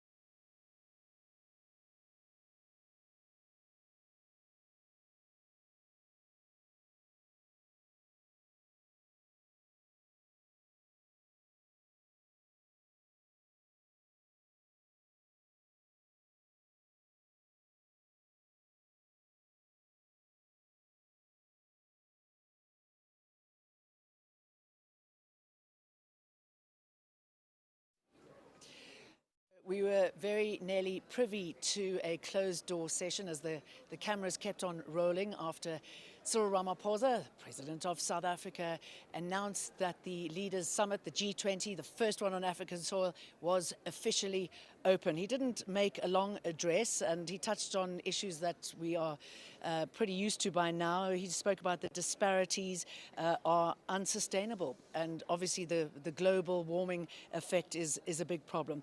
All of this underpinned by the geopolitical stresses that we are experiencing at the moment. He said there are 4 priorities: disaster resilience, debt sustainability, we've got to try and mobilize finance, harnessing critical minerals, and inclusive economic growth. That really is a word that he keeps stressing, inclusivity. He believes that with this meeting, the G20 has indeed strengthened, and he spent a lot of time talking about multilateralism and how it can deliver, and how it is important for all countries, particularly in what we're seeing from a geopolitical point of view. Malaika Malatsi, we were discussing earlier about the importance of multilateralism. We certainly agree with him. What is the biggest threat to it? I think one of the biggest threats to multilateralism is, quite frankly, is a U.S. government that completely disregards the importance of the existence and the strengthening of multilateralism. And I think, Jane, just to touch very briefly on what President Ramaphosa spoke about, you remember that a few days ago, President Donald Trump of the United States made a statement, basically a threat really, that South Africa must not, the G20 must not adopt must not have a declaration, and that it will not, because it would not be a consensus, it's not part of it, it's going to reject it and so on. But President Ramaphosa speaking now, saying that in fact, making this declaration, adopting this declaration sends a very strong message that multilateralism can work and it must work. And I think what he's really saying is that one of the things that must come out of this, or rather the adoption of a declaration, would indicate to the United States government that you cannot continue to bully the rest of the world, to bully multilateral institutions into having things your way, and completely disregarding the fact that a lot of work is being done. I mean, a lot of countries are represented here. Even countries where the presidents are not here have sent delegations, have sent representatives here. And so any kind of declaration that comes out is a consensus of the majority of members of the G20 and of countries generally, other countries broadly. The idea that one country on its own can decide on its own, that a declaration of the majority, a declaration of really every member party of the G20 should not be taken seriously, it should not be done, is really fundamentally bullying. And I think it's a very difficult geopolitical space to be in right now for South Africa and for the rest of the world, really. Not just South Africa, the EU, NATO and all of that, when multilateral institutions are under so much threat from broken down diplomacy, from bullying that has been happening. I mean, the Trump administration has really been a bullying institution everywhere. I mean, you can't actually blame Donald Trump for thinking that he can ignore whatever comes out of here, because people crumble in front of him, institutions crumble in front of him. Why should this be any different? And I think that's one of the very terrible things that happened in the very beginning. A bully, when you give a bully what they want, it does not make them stop, it does not make them pleased, it emboldens them. And I think one of the things that happened with the emboldening, and South Africa more than any other countries really, when we're speaking specifically about us, from the very beginning when Donald Trump started peddling complete fabrications and lies about South Africa, we went there really with a begging bow to try and explain to this guy and say, this is not what's happening and all of that. Our president went there, was really humiliated with having to explain things that are not true. We've had people in South Africa, the white community in South Africa, in its majority, very loudly saying that this is not true. We are not experiencing a genocide. There's no genocide happening here and all of that. And yet you've got a president of the United States insisting that this is happening. And rather than us, sit here in our country or even work with other countries, we went there to beg, to explain to him that this is not what's happening. What that does is embolden Trump. And it has happened across Africa. It has happened even in the European Union, that he's consistently making very unreasonable demands, very unreasonable plans and proposals to the European Union, and everybody keeps going back to him with a begging bowl. And part of it I understand, because the United States is such a big player. But quite frankly, when you think about it, Jane, the countries that are represented in the G20 constitute more than half of the global population and the global economy as well, right? And so I think it would certainly send a very strong message to the world and certainly to the American administration that you cannot cripple multilateralism as a single country when the rest of the world and the global majority agrees on a position. I mean, surely we should be taking lessons from the EU. They are here as a bloc. We've got the African Union, the disparities there, nobody agrees. Surely that's a massive problem for us. And it's not just with the G20. I mean, you're very correct. You've got, the G20 comprises of various countries, right? So Germany is part of it, France is part of it, and so on. But the European Union as well is represented as a bloc, right? This is a country, this is effectively a representation of an entire continent, right? Yet on the African continent, only one country is part of the G20, and that's South Africa. It is such a dangerous thing. And yesterday, Guterres was speaking about the importance of Africa fighting against underrepresentation. It is such a profound argument that he was making, because even in this G20, very historic in the sense that it's the first time that the G20 is sitting on the African continent. It's taking place here in South Africa for the first time that an African country has had the presidency, has held the president of the G20. But it's just South Africa on its own. No other African country is part of this. And yet you've got the European Union, as you are saying, coming here as a bloc. And what that does, not just in terms of the G20 and other multilateral institutions, even in terms of being able to negotiate for so many other things, economically and otherwise, in terms of strengthening diplomacy, what that does is that it takes you there as a bloc that is very strong, that can make demands, that can sit on the table as an equal partner, because you come united. I mean, 54 African nations coming together as one. That is much more stronger power that we could hold than if only one country goes. And what also then happens if it's only one country, it's easy to isolate. I mean, one of the things that I'm sitting here very nervous about, a few days ago, the American government was speaking about how what is happening in South Africa is not even a G20, it's a G100, right? And that statement, Jane, and I think I raised this even in our previous segment, that it's such a chilling statement for me, because what it says is that the American government effectively saying that we don't want a strong G20, we don't want an inclusive G20, but we don't believe, America first again, and we don't believe in strong multilateral institutions. But what that does is that because South Africa now is really in the, it's really in the crosshairs of America, and America is very clear about its complete disregard and even its vengeance towards South Africa. Now it's the one that's taking over the G20 presidency. With the contempt and the disregard with which it has treated South Africa, what is going to happen to South Africa's place in the G20? President Donald Trump has clearly, in fact, even alluded that asking why is South Africa part of the G20, and South Africa is there alone as the only African country there.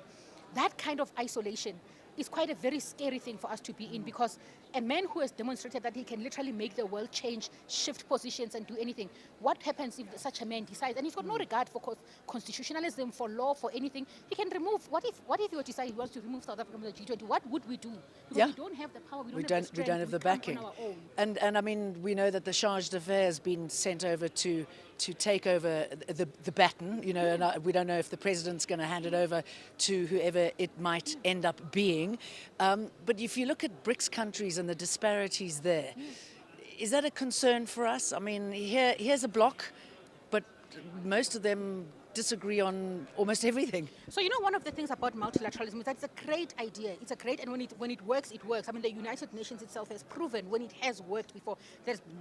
Lately, it has really just been quite very problematic. But there's been times when it has worked, and it has worked very, very well to advance some of the most important causes in the world, some of the causes that have really brought a lot of change into the world. But one of the dangers that come as well, right? Well, one of the challenges that come with multilateralism, and we see it, and you are correct with BRICS, is that the expansion of BRICS has also brought in countries that are completely diametrically opposed, ideologically and otherwise, right? And that has led to quite a number of situations where there has not been agreement on issues that historically would have been agreements on. There's a lot of conflict happening and all of that. But I think, in as much as we can look at that as something that is quite, a bit problematic, I don't think it's something that should make us deter us from understanding the importance of multilateralism, because the United Nations itself, this is the biggest multilateral institution in the world, and all these countries are all there with all their different ideas and different positions. And we need to do this from a financial point of view, geopolitical point of view, and from a climate point of view. I mean, we are in dire straits when it comes to climates, what we're seeing in Africa.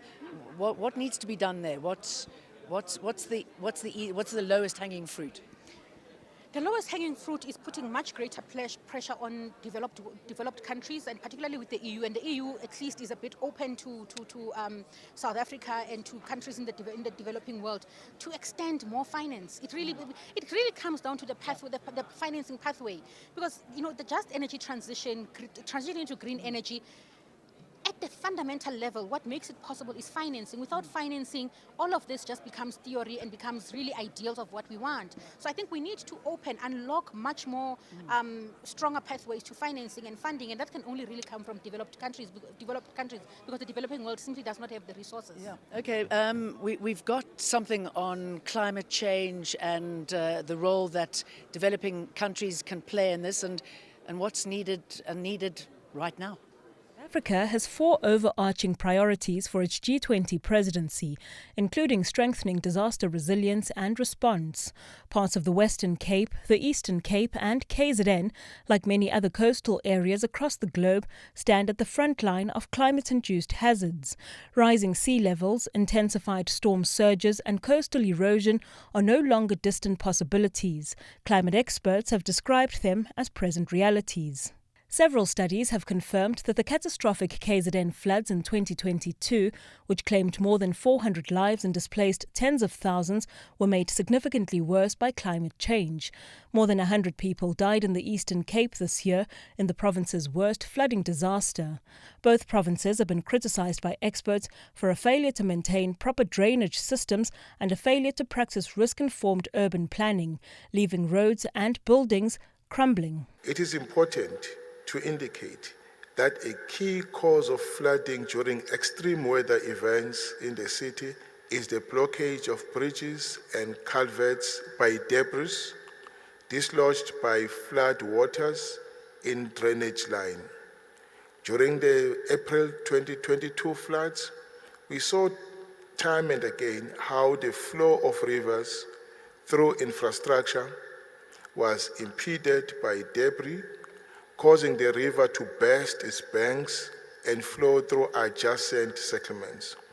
To address this challenge, the city is upscaling the implementation of the transformative river management program, in which community operatives manage stretches of rivers in the city by removing alien invasive plants and plastic waste, which account for most of the blockages at culverts.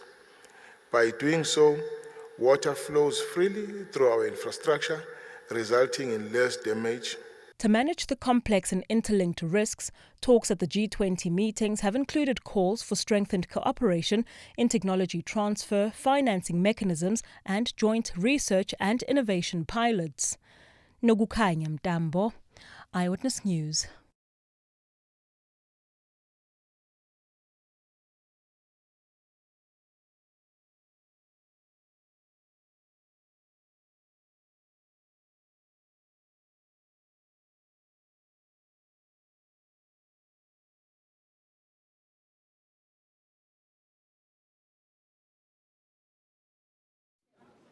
Of course, we continue the conversation trying to unpack what President Cyril Ramaphosa had to say to not just the G20 delegates in the plenary, to the invited guests, but really to South Africa, Africa, and the rest of the world that are, of course, watching to see what comes of the G20 today and tomorrow.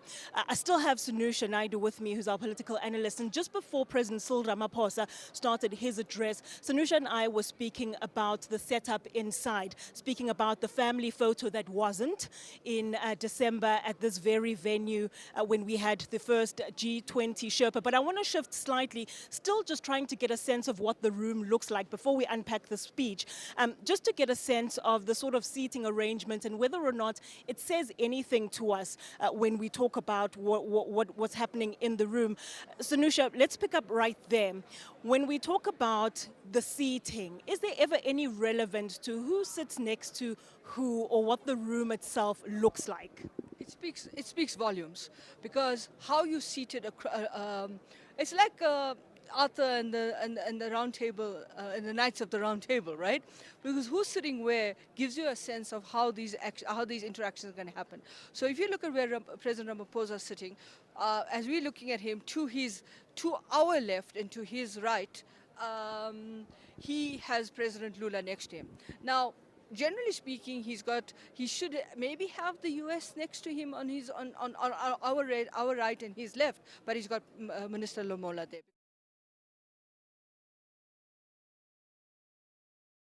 Chinese premier, who, in my opinion, I think is probably being groomed for a succession. I don't know. This is my speculation. Then, of course, you look at where, for example, the emir from Qatar is sitting and who he's sitting next to. Maybe some of the bigger actors from Europe, and of course, where the president of Turkey is sitting. These play a really good role because the optics of that also tell you where they may be aligning on certain of the issues in this what is now the closed session on what I think is the draft zero document for consensus. Do you have sight of the draft declaration itself? Have you gotten any insider information or trading, really, in terms of what it's starting to look like? Of course, we're almost halfway through the day. Surely at this point, there's something on paper as we go into the rest of the afternoon. Have you had sight of a draft declaration of any sort? I've kind of picked up a little bit of tidbits here and there, but I think what we saw now, where the president was reminded that the next session was closed, and there was a bit of a fumble there where Minister Lomola had to come and remind him that this next session, because he started talking about a consensus, and then they had to stop because it's a closed session. We can't be in the room when they're having these discussions. That indicates to me that there's a draft document, and that zero draft document is now up for discussion. What it also suggests to me from what the president was saying is that we've been hearing a few things from the social summit, which I think is going to be in alignment with what is happening in this discussion here. I think the big questions would be around the debt sustainability question, because that's a big issue for Africa, and it's a big issue based on the African expert panel and what they came up with their recommendations. The second big issue is how do you deal with the Compact with Africa 2.0? That's something that started off with Germany, when Germany was president of the G20 before COVID, and that's something that you need to now take forward in a much more coherent way. It has to find traction. The third issue is actually going to be around for me, I think the legacy projects that South Africa wants to take forward, and we heard that again at the social summit, where one of those legacy projects have been the creation of a Pan-African Sovereign Wealth Fund. How that links up with the AU, etc., is going to be critical. A fourth issue is this question about the review of the G20 at 20, because at Brazil last year, it was decided and adopted that South Africa will undertake this review. There are 3 institutions involved. We're hoping to hear something about this tomorrow in terms of and this review is critical because it's reviewing the G20 since its inception. And that inception means at 20. What does it mean? And it also will reflect the geopolitics, which is going to be a messy issue. How they manage to navigate that language in the document is going to be critical. The finance issue, because we heard that from the U.S., according to their Secretary of Commerce, that they're going back to basics, and they're going to not have this kind of bulkiness. I mean, we heard South Africa has a G100, and of course the president talks about a G trillion and a G million and whatever else. But I think that is key. And then how do they integrate the Stiglitz report on inequality? Because for the first time, I think we're realizing that inequality cannot be seen as an outlier. It has to be included as a multiplier effect in terms of how it affects lives and livelihoods. And it has this across the board in terms of climate change, transition, around the just energy, and of course the other question in Africa would be the question around critical minerals, beneficiation, but also how does it create a kind of productive pathways to investment around what is it that you want to be in terms of the integration into the value chain. So during that address by President Cyril Ramaphosa to the delegates in the plenary, he spoke, of course, to some of what you're speaking now, the 4 priorities that at the very beginning of the G20 presidency for South Africa were set out as a foundation and a basis of which they would then carry on this presidency. Of course, you spoke about debt sustainability, particularly for low-income countries, disaster resilience, again, that applies to low-income countries and emerging economies more than anything, the just energy transition that you spoke of now, and then the conversation about critical minerals. Africa as a whole. And I want us to perhaps start to break those down individually, right? So we get a better sense of what the conversations are looking like. And let's start then perhaps with debt sustainability. We, over the past couple of months, with the conversations when it comes to the finance track more than anybody else, have heard that Africa is crowding out funding for development. So we're focusing more of our finances already in a tight fiscal space, crowding out funding that should go to health, for example, policing, education, and so on, paying back debt that we have with institutional lenders. What does the conversation about debt sustainability look like for the globe and then for Africa specifically? Are we seeing any commitment in terms of reforming these organizations that Africa and South Africa keep lamenting? It's going to be a tough one because under the IMF multilateral issues, you're going to have questions around voting rights, and how those voting rights align to special drawing rights in the IMF. What does this mean for multilateral development banks, and what's the cost of borrowing? And one of the key issues around the cost of borrowing is your credit rating assessment. If your credit rating assessment is a negative, your cost of borrowing inflates, and that makes your debt servicing and your debt repayments even higher. So you're borrowing at a higher rate and you're paying at a higher rate, and of course add currency volatility to that as well. What I think is going to happen in the context of this discussion is how does the debt suspension sustainability initiative that was formed under the DSS, formed during COVID by the G20 to deal with things like debt interest cancellation, etc.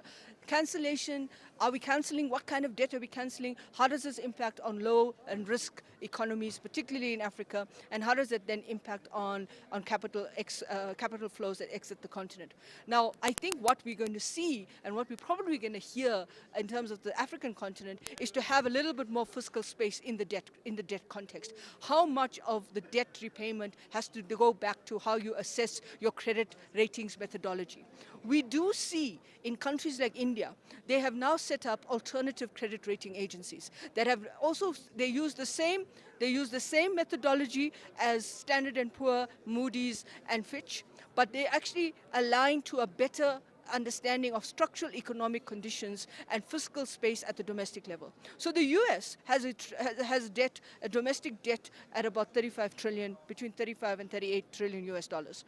But yet they can borrow at a much lower rate, which then gives them the advantage in the market. And I think this is where the debt sustainability question comes back to: how do you change those structural conditions around how the global architecture around economic and borrowing has been disadvantaging and unfavorable to certain countries. On the climate change issue, I think it's really around understanding that climate change is not just environmental. It's a multiplier effect that affects everybody across the globe. It comes from migration, it comes from questions around how people are becoming refugees. It comes about how it impacts on productive sectors. And of course, the other question would be, how does it link to dealing with the just energy transition? So this is a big question. And we saw with the EU, when the EU and the South Africans had their bilateral a few days ago, they talked about clean trade, they talked about questions with regard to the just energy. But remember, the EU has CBAM, which is that border management issue around of using certain things. So the point is that you have to, you're not going to negotiate this here, but you've got to think about language that's going to be there. The other questions I think is important for Africa to think about is mobilization of domestic financing. And that I think is important in the context of how do you deal with domestic financing that is linked to money that is in the continent but is not being unlocked for investment in the continent. We speak about issues of underdevelopment in Africa, and a lot of that goes back to some of the issues that were raised by civil society. We had just the other day the Social Summit wrapping up its work prior to, I think it was actually at the same time as the B20 meeting as well, both precursors to this final meeting. What are some of the conversations when it comes to civil society that are sticking points or that stand out instead? Again, the underdevelopment, a lot of what you've just spoken about are actually the underlying factors that eventually cause this underdevelopment. When we have tight fiscal space in the countries that we see, when we have instances where we're not able to pump as much into education and housing and so on, those build and breed inequality more than anything. What are the conversations at Social Summit? So Social Summit was very aggressive about trying to transform the global international architecture, particularly the financial architecture that actually constrains access to finance. One of the things that they were talking about is how do you transform your global financial institutions like your IFIs? And how do you actually give more fiscal space to the multilateral development banks? The second thing they were talking about very, very, very importantly is understanding that these issues around digital transformation, it has to be much more inclusive. It has to be much more inclusive, but it also has to recognize that digital transformation is not just about a kind of projector for the economy. It has to be about social economic transformation. And one of the things that came out of the declaration for the Social Summit was the issue around how AI can be both a threat and opportunity. Both in a sense, an opportunity that helps us to deal with issues around transformation, deals with issues around using AI in a productive way. But it can be a threat because it can start dealing with things that you don't have legislation for, regulatory environments. So that was the third issue. The fourth issue was on the oceans economy. How to deal with the oceans economy, pathways in terms of marine corridors, security, transport corridors, logistics. And that was a key issue that came out very importantly from those that were in the oceans economy engagement group of the G20, and asking that this become a critical area as a multiplier effect that has impact on what is happening, linked back to climate change, but also linked back to financial access and how does it impact on communities living in coastal areas. One of the things they were talking about is how to deal with plastics, how to deal with chemicals that suddenly starts overspilling into the sea and destroy biodiversity and so forth. I think the final point for me was understanding the collective nature and voice of the G20 in the Social 20, where people wanted to talk about indigenous communities across South Africa and their recognition as part of South Africa, but also as part of the world. And then the people with disabilities actually did a call for action, and they said, well, we want to have a disabilities 20. And we have consensus and we have a support for it, but we're not getting the voice for it. Just in closing, Sanusha, speak to me, and of course we'll carry on this conversation with you throughout the course of the day, but leave me off now with the conversation about your sustainable development goals. Again, going back to what Social would have centered around, there's usually quite a push and pull when it comes to the countries in deciding on the SDGs. In fact, we're told when we get an update on where we stand with SDGs that we're not quite where we are with that. Very briefly, Sanusha, Social Summit and their take going forward with SDGs. The question is we have very little time before the SDGs can be implemented or actually have a success in terms of implementation. There's questions around whether only 18% of the SDGs have been achieved. I think here the challenge was really about how domestic countries deal with the SDGs at the national level in national development frameworks, and are they doing what needs to be done to act as that multiplier effect and move the SDGs forward. I think the question also that we need to talk about in terms of SDGs is the relationship between between countries that are providing finance, who are now no longer having finance around ODA, and how countries in the global south have to find that mobilization of finance. All right, that's Sanusha Naidu just speaking to us really about the broad overview of what President Cyril Ramaphosa had to say in his speech, the 4 priorities that he addressed speaking there to the delegates. And of course, we can't talk about the G20 without the private sector. B20, in fact, wrapped up his summit just, I think it was 2 days ago. Again, the conversations of the collaborations that need to happen between the private sector as well as the public sector. It's not just about capital access, but there's more to that relationship. And now joining me is Nicholas Stravos, who represents part of the private sector, speaking to us now. A very good morning to you. Thank you so much for joining us. You've heard the president speak, and you've had plenty engagements with the president, not just in the build-up to the G20 summit, but it's a constant conversation that the private sector, in fact, has with the president. What's your sense in terms of the priorities that the G20 has on the table and how business is able to collaborate with the public sector? So firstly, we had our most recent engagement with the president as recently as Tuesday evening. There were, I guess, about 30 CEOs in the room with him. It's good that we meet in advance. It sets a lot of the sort of calibrated the expectations. What does business want out of the G20? I think we wanted two things. The first was that we seamlessly execute and deliver a G20 summit that is world-class, and I think you can look around you. I was so proud of all the images coming through on television this morning. It's as good as any G20 summit we've seen anywhere in the world. And that's important for investor confidence, because you want to demonstrate to investors who are agnostic. The capital's going to follow where they see things work, where it's a predictable environment, where they see good returns. So this is all about positioning South Africa to the global investor community. But it's also about positioning Africa. So very few of the G20 countries, because it's the first time the African Union is represented at the G20, as it is the first time that a G20 is being hosted on African soil.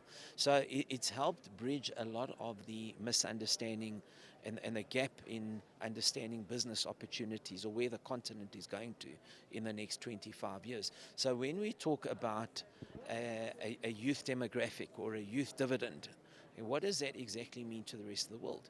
It means that Africa needs partners for infrastructure investment. AI is a very important element of that, is digitalization. Healthcare, where I'm involved, is exceedingly important. So when you talk about a healthcare agenda, health equity, I'm very, very seized with that. And there were so many good interactions around that in the last week or so. Now, the other important thing is that we've had very successful meetings with heads of state and their business delegations. So last night we had a great meeting with President Macron. He's brought a very high-powered business delegation with him, and there were tangible proposals put on the table last night. Now, we had a good interaction as well with the Malaysian Prime Minister. Malaysia, these are important economies. Malaysia, Indonesia, the Middle East, the Saudis. We know how important China, Japan is. These are important markets. Of course, the European Union, United States is important for us. They're all important, but what this does is it allows that free flow of information so you better understand where do the investment and trade opportunities lie. Just speaking about that meeting with President Cyril Ramaphosa on Tuesday that the private sector had, it was at Investec, if I'm not mistaken. We were there, but of course, much of it was behind closed doors, post, of course, the opening address by the president. I'm going to put you on the spot. If you are able to perhaps give us an insight of what the the closed conversations were about and what the key takeaways from that were. Were there any commitments in addressing some of the concerns that you have, whether in terms of improving the business environment so that you're able to attract investment, and what other concerns that the private sector had overall? I can probably cluster those into three areas. I think the first one is around red tape and administrative burden. Certainly there have been some improvements through Operation Vulindlela, and I think Tuesday night's discussion was how do we build on those successes. The second thing was around creating a more enabling investment and trade environment, and I think we spoke a lot about the green shoots as well, because it's very easy to default to what's not working, but there's also things that are working. So one's got to hold the balance here, and the fact that we were removed from the FATF grey listing 2 weeks ago, that was a massive SA Inc. effort, of course led by Treasury, but business were involved in that, and I think it demonstrates to the country how when the private and public sector work together, just how formidable we can in fact be. The Standard & Poor upgrade a week ago. These are all very important elements. The medium-term budget speech was very well received. The currency strengthened. The fact that there's been some reasonably good management around our debt to GDP ratios. Some pundits were expecting it to be sitting at 90% right now, and it's kind of stabilizing at around the 77% mark. So these are all important elements we discussed, but it's also about what else can we do. And then I think lastly, we had obviously some very frank discussions around what are the other investment opportunities from the private sector that can be unlocked. How do government and business work together? How do we have a more enabling government to enable these investments to be unlocked? Because as I keep saying, Capital is agnostic. Capital will look at what is a certain predictable environment. Where is their policy implementation? Great having policies, but no implementation is a problem. And I think we've come a long way in that conversation, and it's good that the President meets regularly with business, because then we kind of understand each other. We know where to place focus and emphasis and where the resource and capacity should be placed. Policy certainty often comes with political stability as well. We've moved into a dispensation of the government of national unity. It's been about a year plus since then. Are you optimistic that since then, where we have the GNU, that it's turned for the better? And do you attribute some of the things that you mentioned now, the S&P upgrade, the removal from the grey list, the improvement on debt, so we're not going up with our debt, it's slowly stabilizing there by the 77s. Do you attribute any of that possibly to what we perceive, at least, as political stability and policy certainty post the GNU? Look, there are two aspects here. There's an internal one and an external one. So the internal one is, how does the general citizenry of the country view the GNU? And I think in general terms, we viewed it positively. It seems a more inclusive form of governance, governing the country. Then there's the external view. So what do your international partners think? And I think most of the international institutions, organizations, business people that we speak to see this as a favorable development in the country. And that is why I think it's important that the GNU holds beyond next year's election and beyond. It's a very important signal for investors in the international business community as well. You spoke about Africa's youth, right? We've got a young population, and that, of course, stands in our favor. What do you reckon are still some of the issues that are holding us back in terms of capitalizing on the African youth, and what's on offer on the continent? And what are the conversations that South Africa needs to be having with the continent overall in terms of addressing those? You're clearly not speaking to a youth here. However, the single most important thing for me is education and upskilling our youth. We've missed out as Africa on the third industrial revolution, missed out on the fourth industrial revolution. We're in the midst of the fifth industrial revolution, which is very much the digital age. It's the artificial intelligence age.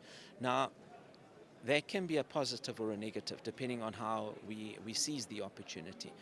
Because of its rapidity and swiftness, we're able to leapfrog from the third industrial revolution to the fifth as Africa.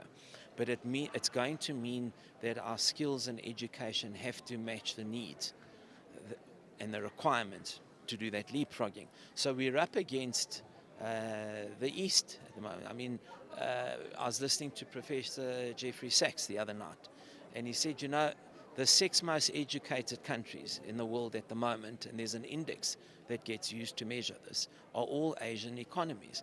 And they include, I'm not going to give you the order, so I can't remember it, but they include Korea, China, Japan, Taiwan, and others. So we've got to look and say, well, what are they doing in terms of educating their population that we are not doing here at the moment?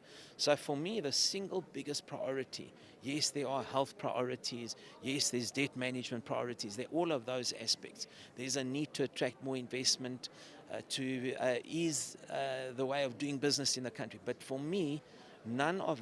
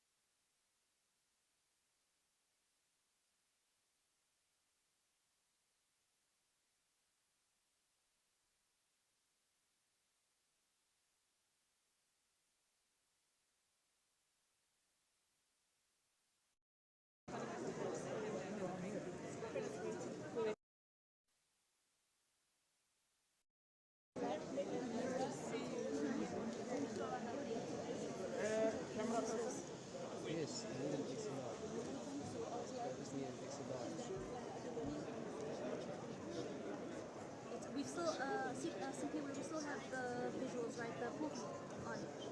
Okay.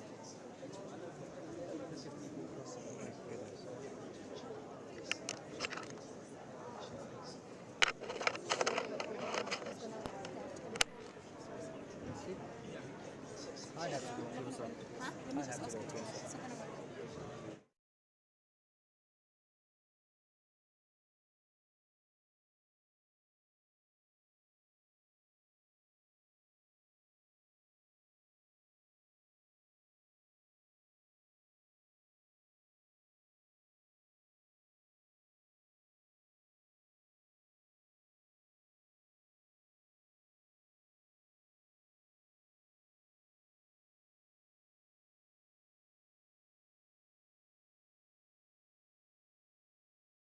All right.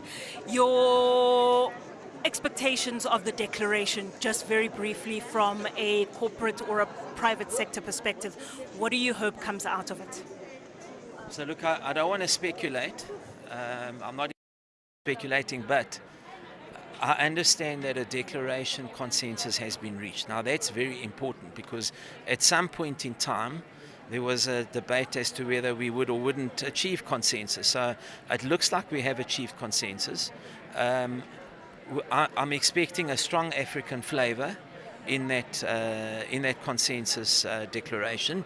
So some of the issues we've discussed right now, i.e. debt restructuring, high risk rating gets reconsidered, how we look at managing disaster management, that's another important pillar.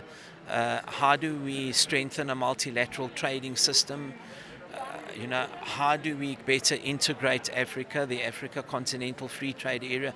These are all elements I expect to find expression in the declaration. But I do want to add one final thought here. For me, a declaration is not the end-all and be-all. It's important to understand that. But it's what happened in 130 plus meetings prior to today when we held the presidency of the G20. And remember, we form part of the Troika. So the Troika from Sunday night or Monday morning is South Africa as the previous host, United States as the current host on Monday, and then the United Kingdom, who will take over from the US. What's important is that the Troika operates throughout those 24 months so that what does find expression in the declaration gets implemented and monitored for the next 24 months. That's really important. Thank you so much for your time. Really do appreciate it. We're actually hearing that for the very first time, that conversation about possibly a consensus being reached. It may still be the very early stages of it, but South Africa, at least at the moment, appears to be on a good track, putting it in line really with trying to reach at the end of the meeting a declaration. But as Nicholas Stravos said here, the declaration is not the end of the world. It's a question of implementation. And South Africa, at the very least, is among the countries who have often been criticized when it comes to implementation. And so, again, the declaration itself means nothing without the implementation of these policies. But the priorities remain inside of the G20 plenary and even outside. They still do have to find concession. The questions about debt sustainability, development in Africa. Actually, we had a question about, and I perhaps will get a chance to touch base with someone else on it, but the conversation about critical minerals in Africa. As we move closer into greener technologies, there's obviously a drive at the moment for the certain minerals that Africa has here. And of course, that drive for those critical minerals means, there's a rush for our minerals. How do we leverage on that? That's perhaps a conversation that we can have later in the day, but a really interesting one there from Nicholas Stravos, who is one of the prominent voices in the private sector, just speaking to us really about what his expectations are and what these conversations have looked like over the past couple of months.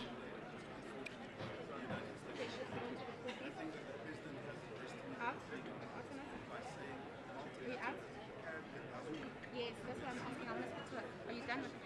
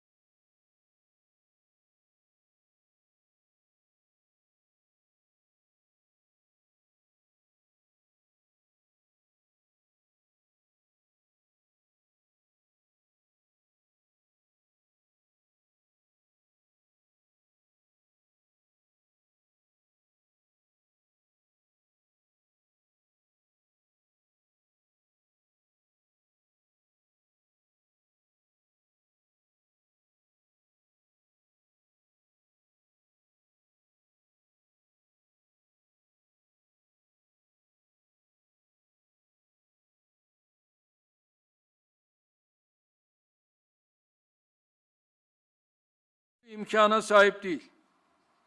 Bu ülkeler yüksek finansman maliyetleriyle daralan mali alan arasında adeta sıkışmış durumdalar.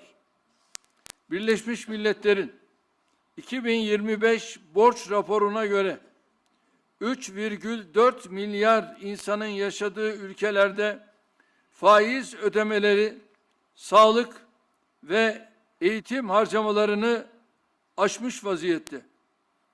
Bilhassa düşük gelirli ülkeler için borç yeniden yapılandırma süreçlerinde adil ve eşit muameleye dayalı bir yaklaşımın benimsenmesini destekliyoruz.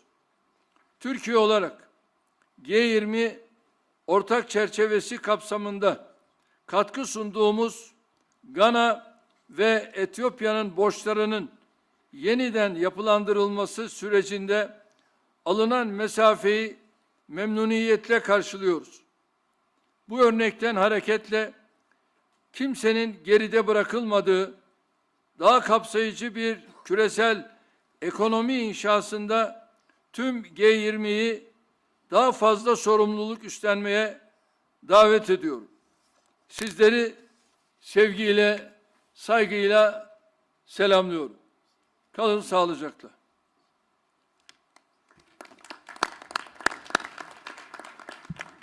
Thank you, President Erdogan.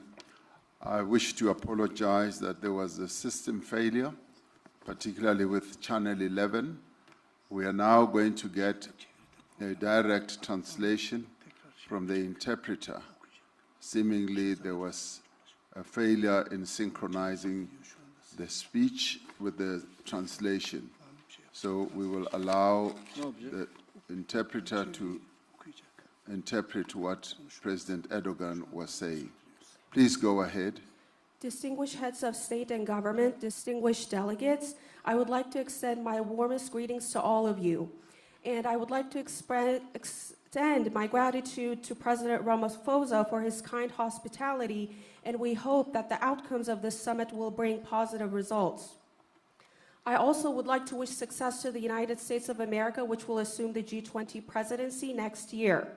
With issues such as rising protectionism, elevated debt levels, a rapidly aging population, and intensifying competition, in addition to geopolitical tensions, all of these issues are creating a major weight on global growth outlook. And therefore, in this vein, the G20 must further deepen cooperation with an approach that supports sustainable development and contributes to enhancing inclusivity. Despite our commitment to leave no one behind, which forms the core of the 2030 Sustainable Development Goals, today, 1 out of 10 people worldwide faces extreme poverty. Official development assistance in global level, which declined by 9% in 2024, is expected to fall by as much as 17% in 2025. Unfortunately, this situation points to substantial losses for the African continent. As Turkey, we continue to fulfill our responsibilities despite all these negative circumstances. We increased our official development assistance from $6.8 billion in 2023 to $7.4 billion in the year 2024. However, it is impossible to achieve development targets solely over ODAs. We attach particular importance to developing financing models for sustainable development through mobilizing domestic resources, especially in the least developed countries. And let us be clear, current challenges affect all economies across the globe. Trade used to be the strongest engine of global growth prior to the global financial crisis. However, the situation has fundamentally changed in the post-crisis period.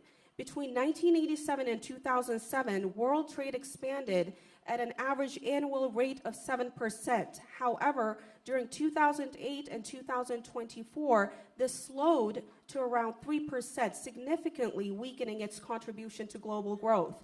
Today, reviving global trade requires deeper international cooperation, new policy tools, and sustainable supply chains.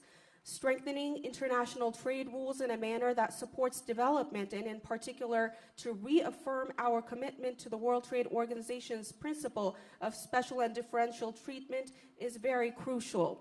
Excellencies, the total debt to GDP ratio now stands at 324%. In Turkey, however, this ratio is at 89%. This relatively low level of debt provides us a valuable fiscal space to accelerate structural transformation and also allocate additional resources for investment.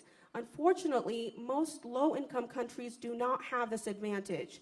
These countries find themselves squeezed between elevated financing costs and severely constrained fiscal space. According to the United Nations 2025 A World of Debt report, in the countries home to 3.4 billion people, interest payments now exceed total spending on health and education. We support applying fair and equal treatment in debt restructuring processes, particularly for low-income countries. As Turkey, we welcome the progress made in the debt restructuring of Ghana and Ethiopia, to which we have contributed under the G20 Common Framework. Drawing on this experience, we call on all G20 members to assume greater responsibility in constructing a more inclusive global economy where no one is left behind. Thank you. Thank you. Thank you, President Erdogan. We apologize for the failure of the system there.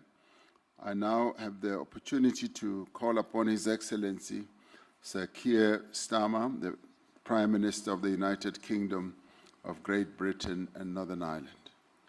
Well, President Ramaphosa, let me start by thanking you for hosting us here, the first G20 on African soil, which is a proud moment for South Africa, but one that, in my view, is long overdue.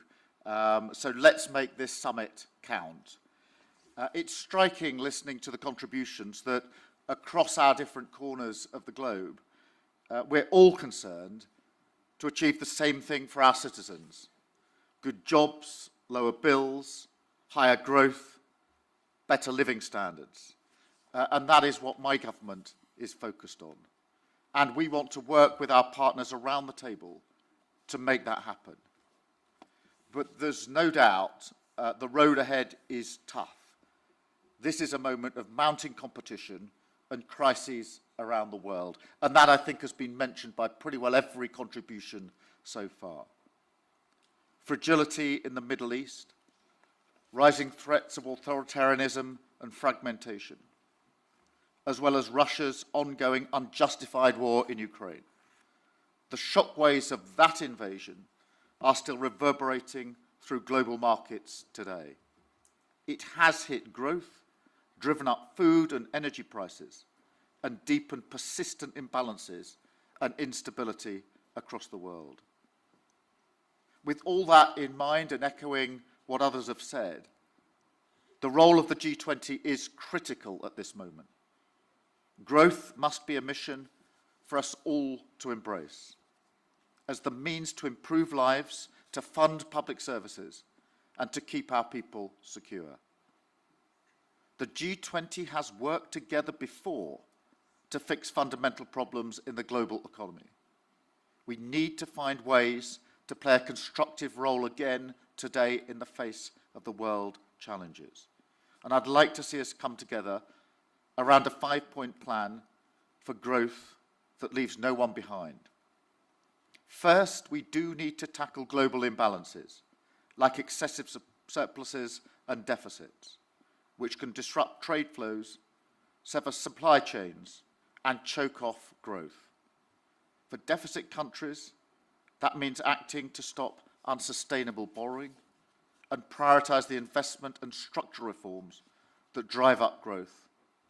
For surplus countries, It means taking from its action inception. to reduce Part of what's subsidies. been very important is the finance track as well as the central bank governors. Of course, we have now the Deputy Minister for Treasury. And I imagine he has quite some insights to share with us about what, how the G20 presidency has developed over the last couple of months. And of course, perhaps even some of the conversations that have been happening inside again. The finance track, even back in the 90s, DM has tried to figure out how to stabilize global economics. Of course, like the president mentioned a little earlier, that mandate has evolved to keep up with the changing times. But of course, the finance track still remaining really important. Good afternoon to you. Thank you so much for joining us on EWN TV. Start me off maybe with just your assessment of the last couple of months, the conversations when it comes to economic growth, global economic growth. Of course, it's tough times since post-COVID, the COVID pandemic, and we now have an instance where we have the US President Donald Trump again shaking up global relations, trade. The economic picture has changed yet again. Your assessment of what those conversations have been over the past couple of months? Knox, the conversation, and thanks for having me, the conversations in the last almost 12 months, they've been very, very productive. I've been in many of these conversations since South Africa assumed the G20 presidency. So we also managed, for the first time since the war in Ukraine, to produce a communique, which is a very important development which demonstrates that we are converging as members of the G20, agreeing on the problems that the world is facing and on what we need to do. And one of the key things facing the world today is economic growth. And there are issues in the developed countries, and there are issues in the global south, including on the continent, which are holding back growth. In the global north, there's an issue around the aging population, because if your population is shrinking, your markets are shrinking, your skills, your ability to supply labor to the economy is also shrinking, as well as climate change. Now, in the global south, and looking at this issue on economic growth from the point of view of Africa, one of the constraints for us to grow the economy is infrastructure, soft and hard infrastructure. For us to realize economic growth on the continent, it's not enough for us to have adopted the Africa Continental Free Trade, which is aimed at creating a common market. It's important for us to be looking at infrastructure, freight logistics, artificial intelligence, as well as the soft infrastructure around the payment, cross-border payment, cross-border infrastructure. And the continent, Africa, in the context of what the world is facing today, which is climate change, Africa has critical minerals which are important for the decarbonization of the economy. And the key issue for us, from the African perspective, was what are the things that we've got to do on the continent, and what is it that the world should do in order for us to grow the African economy, but also to contribute to the world as a whole. And the critical minerals are important, and we've put on the agenda of this G20 that is not enough for us to basically export the raw materials. We need to add value to those critical minerals in order to industrialize and contribute to the world economic growth and deal with unemployment, poverty on our continent. Because if we don't deal with the unemployment, what we call the youth dividend, youthful population, if we don't employ, we don't grow the economy and absorb as many young people into this economy, what we've termed as an asset for Africa, it can become a liability, in that if many people, young people, are unemployed, they will do all sorts of things, including crime. So it's important for us to get our economy growing, contribute to the global world economy, but the world, it has to do certain things, including making sure capital flows into Africa at a fair price, not based on perceptions, wrong perceptions about Africa, because some of these perceptions about Africa, we're paying a price on them, in that people think that if you invest X amount of money on the continent, you're not going to get it back, or it's the likelihood of getting it back. And really, it's not based on the fundamentals of what is actually going on the continent. And we've been paying a price for that, and we've put that on the agenda of the G20, that it's important for the investors to price us fairly. Just going back to the meeting that we had in February, the finance track meeting, I think it was in Cape Town. One of the sticking points at the time when we speak about climate change was the language around the communique. And even in February, there wasn't a communique that was reached. It was only in the July meeting, if I'm not mistaken, that a communique on the finance track was only finally reached. What's the issue around the language when we speak about climate financing? I know the US in particular took issue with how we frame things. So, perhaps using softer language when we speak about climate change and climate financing. For our viewers, just speak to us about those conversations. What was so tricky about that? I think for us as the South African G20 presidency, we've said let's not allow the language to be a barrier for serious conversations about A, sources of energy, and B, about the climate change that has huge consequences for humanity. I mean, in South Africa, the frequency of disaster, KZN, you have disaster, Eastern Cape, and these have huge implications for ordinary people in South Africa, but it also has huge implications for economic growth, as well as our budget. Because as and when we build infrastructure, it gets destroyed by the effects of climate change. It has huge implications on our ability to grow our economy. And we said, let's identify the problems, whichever way you want to call those problems, but let's agree that this is a problem and begin to talk about how we mobilize money to finance, get concessional financing for dealing with the consequences of climate change, including building resilient infrastructure for us to ward off, to minimize the terrible consequences that comes with the climate change. Because even some of the insurances today throughout the world, they are finding it very difficult to cope with insuring buildings, cars, and so on as a consequence of the climate change. And we said it's important for us to put this on the agenda of the finance track. And I think we've made a lot of progress in that regard. And some of the things that have come out in the conversation around different sources of energy have been very, very useful. And the language around energy abundance, in which it's important for us, particularly for us, including in South Africa, because our policy, insofar as energy is concerned, we said it's important to take into account different sources of energy.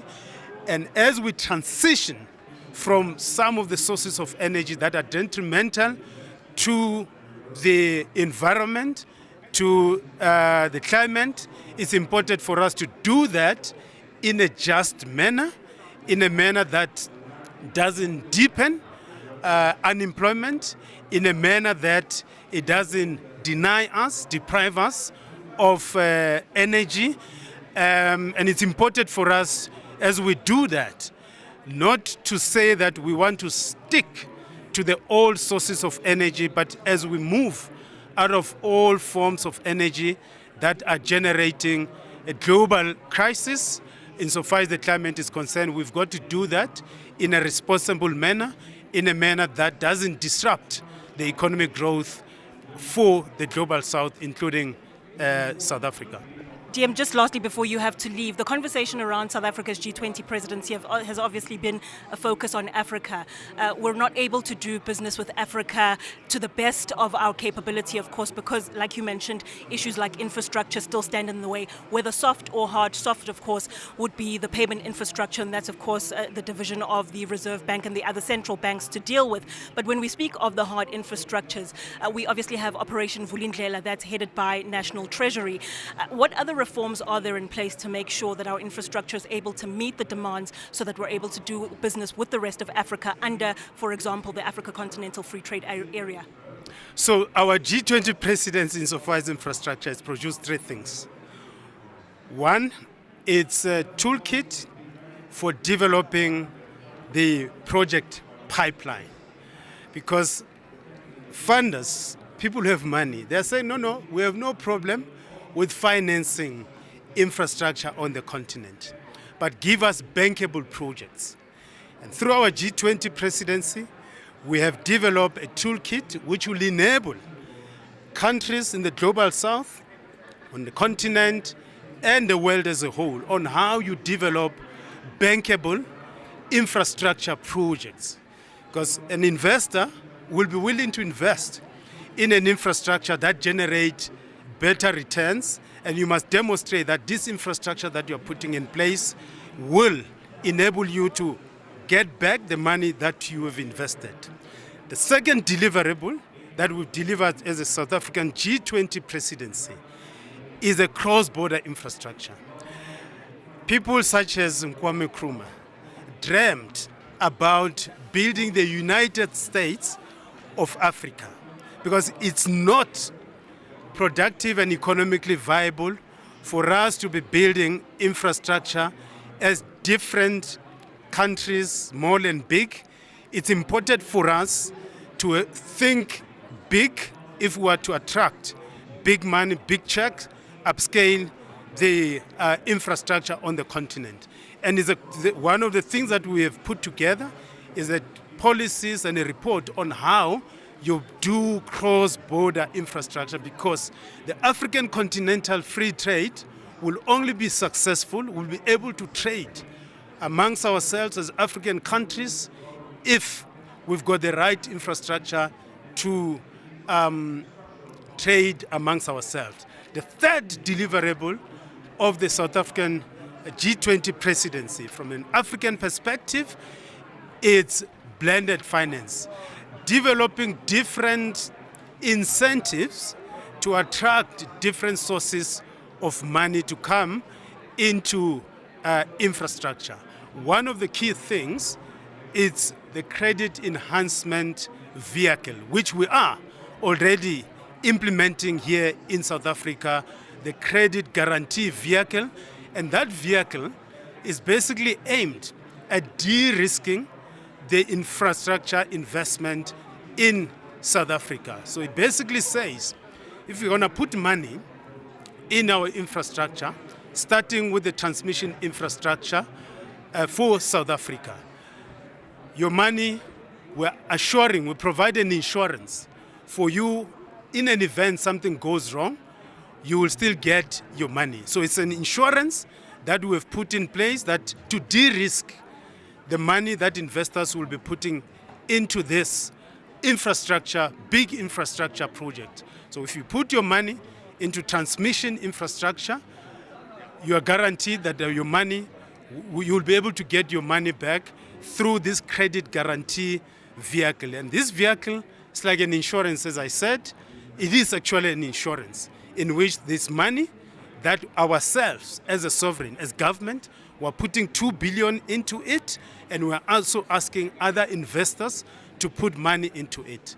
And those who are investing in that infrastructure, they will also be contributing a premium, like any other insurance. They'll be contributing some premium. And in that way, you're simply saying we are making sure that we eliminate or reduce risks associated with investment in infrastructure, because investors manage two things: enhancing returns, but also minimizing risk. When you invest money anywhere in a project or in a company what you're simply doing, you want better returns and you might enhance the probability of getting your returns and minimizing risk.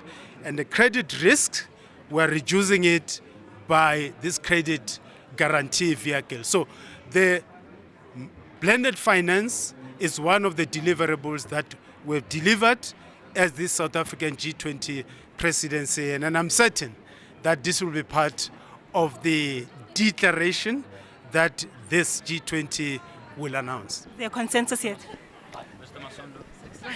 That's the Deputy Finance Minister, David Masondo, who's in fact being pulled in all directions at the moment. He does want to get back into the plenary in a short bit, hopefully, to get a sense of what has been spoken about. Unable just yet to speak to the declaration itself because he says he hasn't spent too much time in the room. Instead, what he was talking about there is, the investment in infrastructure, particularly in Africa. He, in fact, at one of the side events of the social summit, which took place, I think it was Wednesday to, if not Tuesday to Thursday, in fact, had punted yet again the wish, which some might call a wish list really, for a sovereign wealth fund. He is also the chairperson of the Public Investment Corporation, and and this is something that a lot of people have called a pipe dream, and whether or not it ever materializes, the SWF, is a different story altogether. But that's the sort of mechanisms the Deputy Finance Minister thinks is essential in terms of investment in, things like infrastructure, which are really critical in terms of growing the African continent. It's not just the hard infrastructure. So you would have heard we spoke about Operation Vulindlela, for example, which is a collaboration between National Treasury as well as the presidency in trying to address infrastructure backlogs, inefficiency. So your freight, your rail, your road, we're unable to do trade if those basics aren't in place. So of course trying to address that, but it's also the conversations around your cross-border payments. And like you heard the Deputy Finance Minister say, that of course is what the central banks across the world, particularly those in Africa, are really gripped with trying to figure out. Are we able to do business with each other? Do we have the infrastructure? Do we have the legislation to do business with each other? Because it's not as easy as buying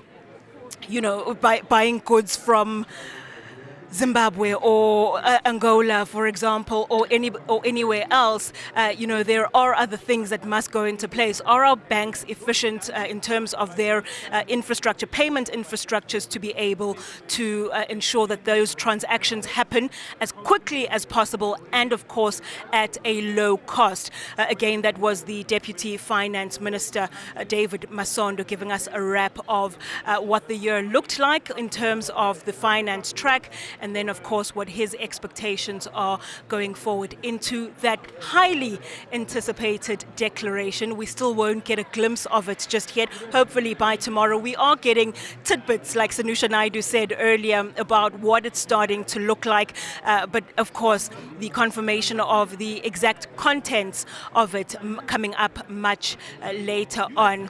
That is, of course, all that we have time for here on EWN TV with our rolling coverage of the G20 Summit.